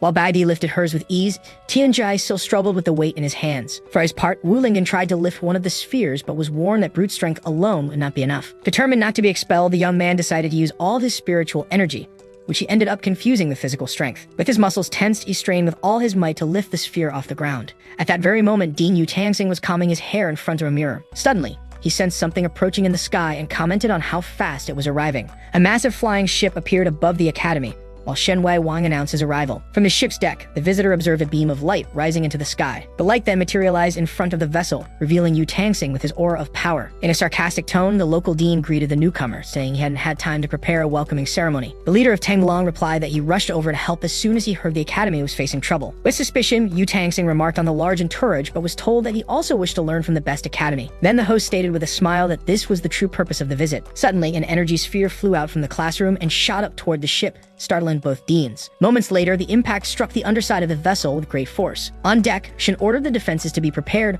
wondering if demonic cultivators were responsible. Meanwhile, the classroom roof collapsed, causing panic among those inside. As the ceiling split apart, Wu Lingjin raised his hands to shield himself from the falling debris. Soon after, the instructor furiously scolded him for using too much force and destroying the classroom. Amid the dust, Yu Tangsing deduced that the boy was causing trouble again. At that moment, he turned toward the silhouette in the smoke and asked if Shen was all right. As the visitor emerged from the cloud, the sphere struck his face, throwing his men into panic. The dean of Tishuangshan explained that it was just the explosion of one of their spheres covering for the boy. Holding the object that had hit him, Shen commented on the power of the blast. Even injured, he suggested using the spheres for a competition, while Yu Tangsing recommended that he tend to his wounds. It was then confirmed that there would be an exchange competition between the academies using the energy spheres. Soon after, Dean Yu Tangsing began explaining the situation to the gathered students. He then announced that the 5 chosen to represent the academy would be Wu Lingjin, Baidi, Qianji, Zhang Ma, and Shou Huohuo. At that moment, Qianjai raised his hand and asked for permission to speak. He began by saying that he understood the choice of the others, since they had been the best students in the admission competition. With that, he argued that his own strength was among the weakest and that he feared embarrassing the academy. The scene then focused on the young man who looked insecure about the decision. Wu Lingjin, for his part, tried to encourage him, reminding him not to underestimate himself since hard work always brings results. Right beside him, Shou Huohuo sneered, saying that if effort alone were enough, he would already have his spiritual root. The dean intervened and stated that Qianji's ability to foresee the future would be a great advantage for the team. As soon as the first concern was resolved, Wu Lingjin raised his hand to ask his own question. He then asked somewhat awkwardly how exactly the energy sphere game worked. At that moment, Baidi explained that it was a 5 versus 5 match, where the goal was to control the sphere and throw it through a gate in the air. She added that although physical contact was forbidden, energy clashes were allowed and essential for victory. Hearing the rules, the young man questioned whether his participation was really a good idea, but Yu Tangsing reminded him that the competition was only happening because of him. Right after, the dean informed them that the match would take place in 3 days and that they should use the time to train. With a serious tone, he continued by saying that the reputation of Shuenshin Academy was at stake. To motivate them, he promised to reward each one with a golden medallion upon victory. Then Zhang Mei explained that the medallion was the greatest honor of the academy and guaranteed double cultivation resources. With that, Wu Lingjin became excited at the possibility of finally succeeding in his training. Soon he prepared to start training immediately, but the others did not show the same enthusiasm.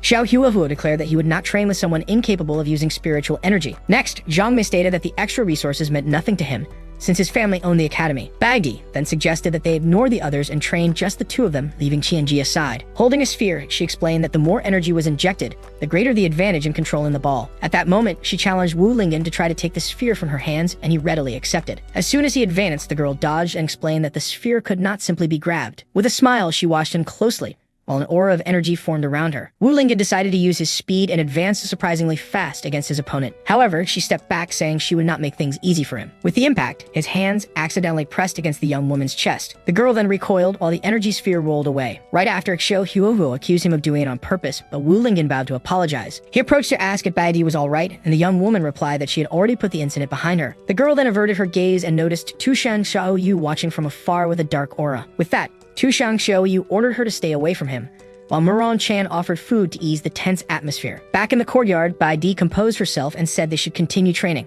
At that moment, she formed a hand seal and invoked one of her special techniques. With a circle of swords hovering in the sky, she instructed Wu Lingjin to use it as a target to practice his throws. Holding the sphere, the young man realized it wasn't so heavy and that he only needed to practice his aim. He then hurled the sphere with force toward the target and received praise for his accuracy. The energy sphere, however, ricocheted off one of the swords and flew in another direction. At that moment, instructor Meg Yanli appeared furiously and threatened to cut his resources for destroying the academy's facilities. Bagdi then asked if he had heard a strange scream, but Wu Lingjin quickly changed the subject. Far away, Din Shenwei Wang observed the scene and commented on the boldness of Shuenshin Academy. Still holding the sphere, he complained that he had been provoked twice in the same day. One of his disciples, Liang Zifeng, tried to tend to his injuries, but Shen refused, saying that a simple sphere could not hurt him. He then instructed the student to focus on preparing for the competition scheduled in 3 days. With a determined look, he declared that the future of both academies would be at stake in that match. At that moment, Liang Zifeng solemnly swore that he would lead Tanglong Academy to victory against Shuenshin Academy. The dean praised him as his best disciple, while the young man silently promised not to disappoint him. Determined to win at all costs, Liang Zifeng stared at purple crystal in his hand before the scene shifted. 3 days later, in the courtyard of Shuenshin Academy, Yu Tangsing stood on the stage for the opening ceremony of the event. He then asked all the students to give Dean Shen a warm round of applause. With that, the visitor stepped onto the stage with his face bandaged while the crowd applauded. Among the students, Wu Lingjin and the others commented on the rival dean's strange appearance. Shen then approached the microphone to deliver his speech about the competition. He began with a long and formal talk about the importance of the event, which quickly bored the audience. The speech dragged on monotonously, causing several students in the crowd to start dozing off. Annoyed by the lack of attention, Dean Shen decided he would teach the freshmen of that academy a lesson. On stage, he commented on the simplicity of the training field, but Yu Tangsing countered that he preferred to invest resources directly into the students. In response, Shen offered to build a real arena and pulled out a golden talisman. Immediately after, he struck the ground forcefully and activated a powerful earth technique. A strong tremor shook the area, leading the students to wonder if the academy was being destroyed. Then everyone screamed as they saw a massive structure rising from underground. The young Wu Lingjin and Bai Dai stared at the scene, unable to react to what they were witnessing. Finally, a gigantic stone arena rose from the ground, completely enclosing the academy courtyard. Thus, Bai Dai was impressed by the dean's power, while Wu Lingjin watched in awe at the cultivator's abilities. From above, the two leaders announced that the competitors should prepare, while the other students headed to the stands. The scene then revealed the stone arena, marked with lines similar to a basketball court. Dean Yu Tangsing turned to his disciples and declared that they needed to win no matter what. Soon after, he introduced the home team, while the young man without a spiritual root looked determined to earn cultivation resources. With a confident smile, Xiao Huahu promised himself that he would shine in that competition. Next, he whispered to his teammate that he would surpass him, leaving the boy confused by the comment. Meanwhile, Yu Tangsing continued the introductions and announced the competitors from Tanglong Academy. The image focused on the leader of the opposing team, Liang Zifeng, who displayed an air of superiority. The scene soon revealed the rest of the rival team, Zhu Long, Lai Luing, Wan Ping, Zhen Lingyu, and their leader, Liang Zifeng. Among them, the competitor Zhen Lingyu encouraged him, but was only met with a warning not to underestimate the opponents. Looking at his master, Liang Zifeng promised that he would fulfill the old man's wish at any cost. Then Wanping told him to relax and insulted Zhuanshan Academy's team, calling them trash. At the insult, Qianju immediately reacted and shouted that they were not weaklings. The provocateur then challenged him directly, calling him useless, which made the boy even more upset. The Tenglong leader intervened, ordering his ally to stop talking as they would settle everything in the match. At this, Bai Di commented on their arrogance, but her companion noticed they were well trained. Soon, Zhang Mei confirmed the observation, leaving the rest of the team apprehensive. With a serious tone, he revealed that they were all elite talents with long training histories and undefeated in competitions. Qianji scolded him for not mentioning this earlier, but received the response that no one had asked. With a confident air, Xiao Huohuo brandished his weapon and said they didn't need to worry since he was there. He then pointed to the opposing team and declared with conviction that he would defeat them. Soon after, the boy prepared to make an oath with the weapon in hand. However, instructor Mei Yanli appeared behind him and took the object, informing him that spiritual treasures were forbidden in the competition. The Tenglong team burst into laughter, mocking him for not knowing the rules and commenting that it would be an easy match. From the stands, Dean Shen mocked Yu Tangsing about his player selection, but received the reply that his opinion was irrelevant. Shen retorted that he looked forward to seeing him admit defeat at the end of the contest. With a serene smile, Yu Tangsing warned him not to underestimate those young ones. Finally, looking at the arena, he declared that he had only placed them there because he truly believed they could win. Instructor Mei Yanli then searched the boy and ordered him to remove the training weights he carried on his body. From above the arena, Yu Tangsing shouted angrily, demanding to know where he hid so many objects. Next, the instructor explained that the match would last 1 hour, with an interval, and that the team with the most points would emerge victorious. With the energy sphere in hand, he told everyone to prepare for the start of the game. As Tenglong Academy's team positioned themselves on their side of the court, waiting for the opening whistle, the Xuanshan team also assumed their positions. Right after, the sphere was thrown into the air, along with the command to begin. Determined to get the first possession, Wu Lingjin jumped confidently, but was quickly surprised to see someone soar past him midair. Xiao Huhu leaped above him and declared that the first point would be his. Before he could reach the sphere, Liang Zifeng suddenly appeared and slapped it away, taking possession. He then passed the ball to his ally Wan Ping, who grabbed it firmly while still in the air. With control of the sphere, Wan dashed swiftly across the court, while TNG positioned himself to try to stop him. The opponent looked at him with a disdainful smile and asked if he really thought he could stop him. In shocked, TNG watched the enemy's speed pass him at an incredible pace. In a single move, Wanping scored the first point, putting the scoreboard in their favor and leaving the boy stunned by his speed. The instructor announced the score as 1-0, while the two deans watched in absolute silence. On the winning side, the Tenglong team mocked them, saying their rivals were far too weak.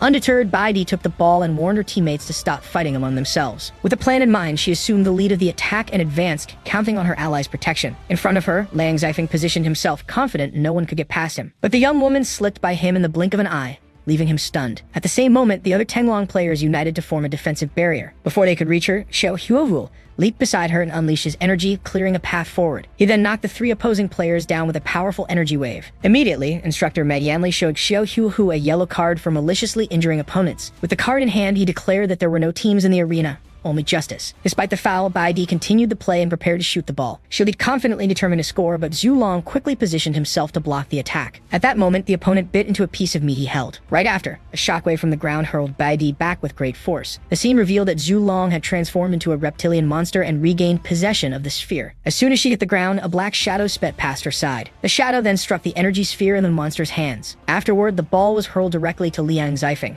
who praised the play with satisfaction. He advanced with the sphere in hand, ready to strike the opponent's field. Zhang Mei and Qian Ji prepared to intercept him as he charged with an intense aura of energy. Without difficulty, he broke through their defense and scored the second point of the match. The instructor then announced the score as 2-0, while Zhen Lingyu praised her leader's skill. After the basket, Liang Zifeng turned to face Wu Lingjin and Xiao Huohuo. The two were surprised, not understanding the intention behind that look. With a confident smile, he pointed at them and declared that he would not allow them to score a single point in the match.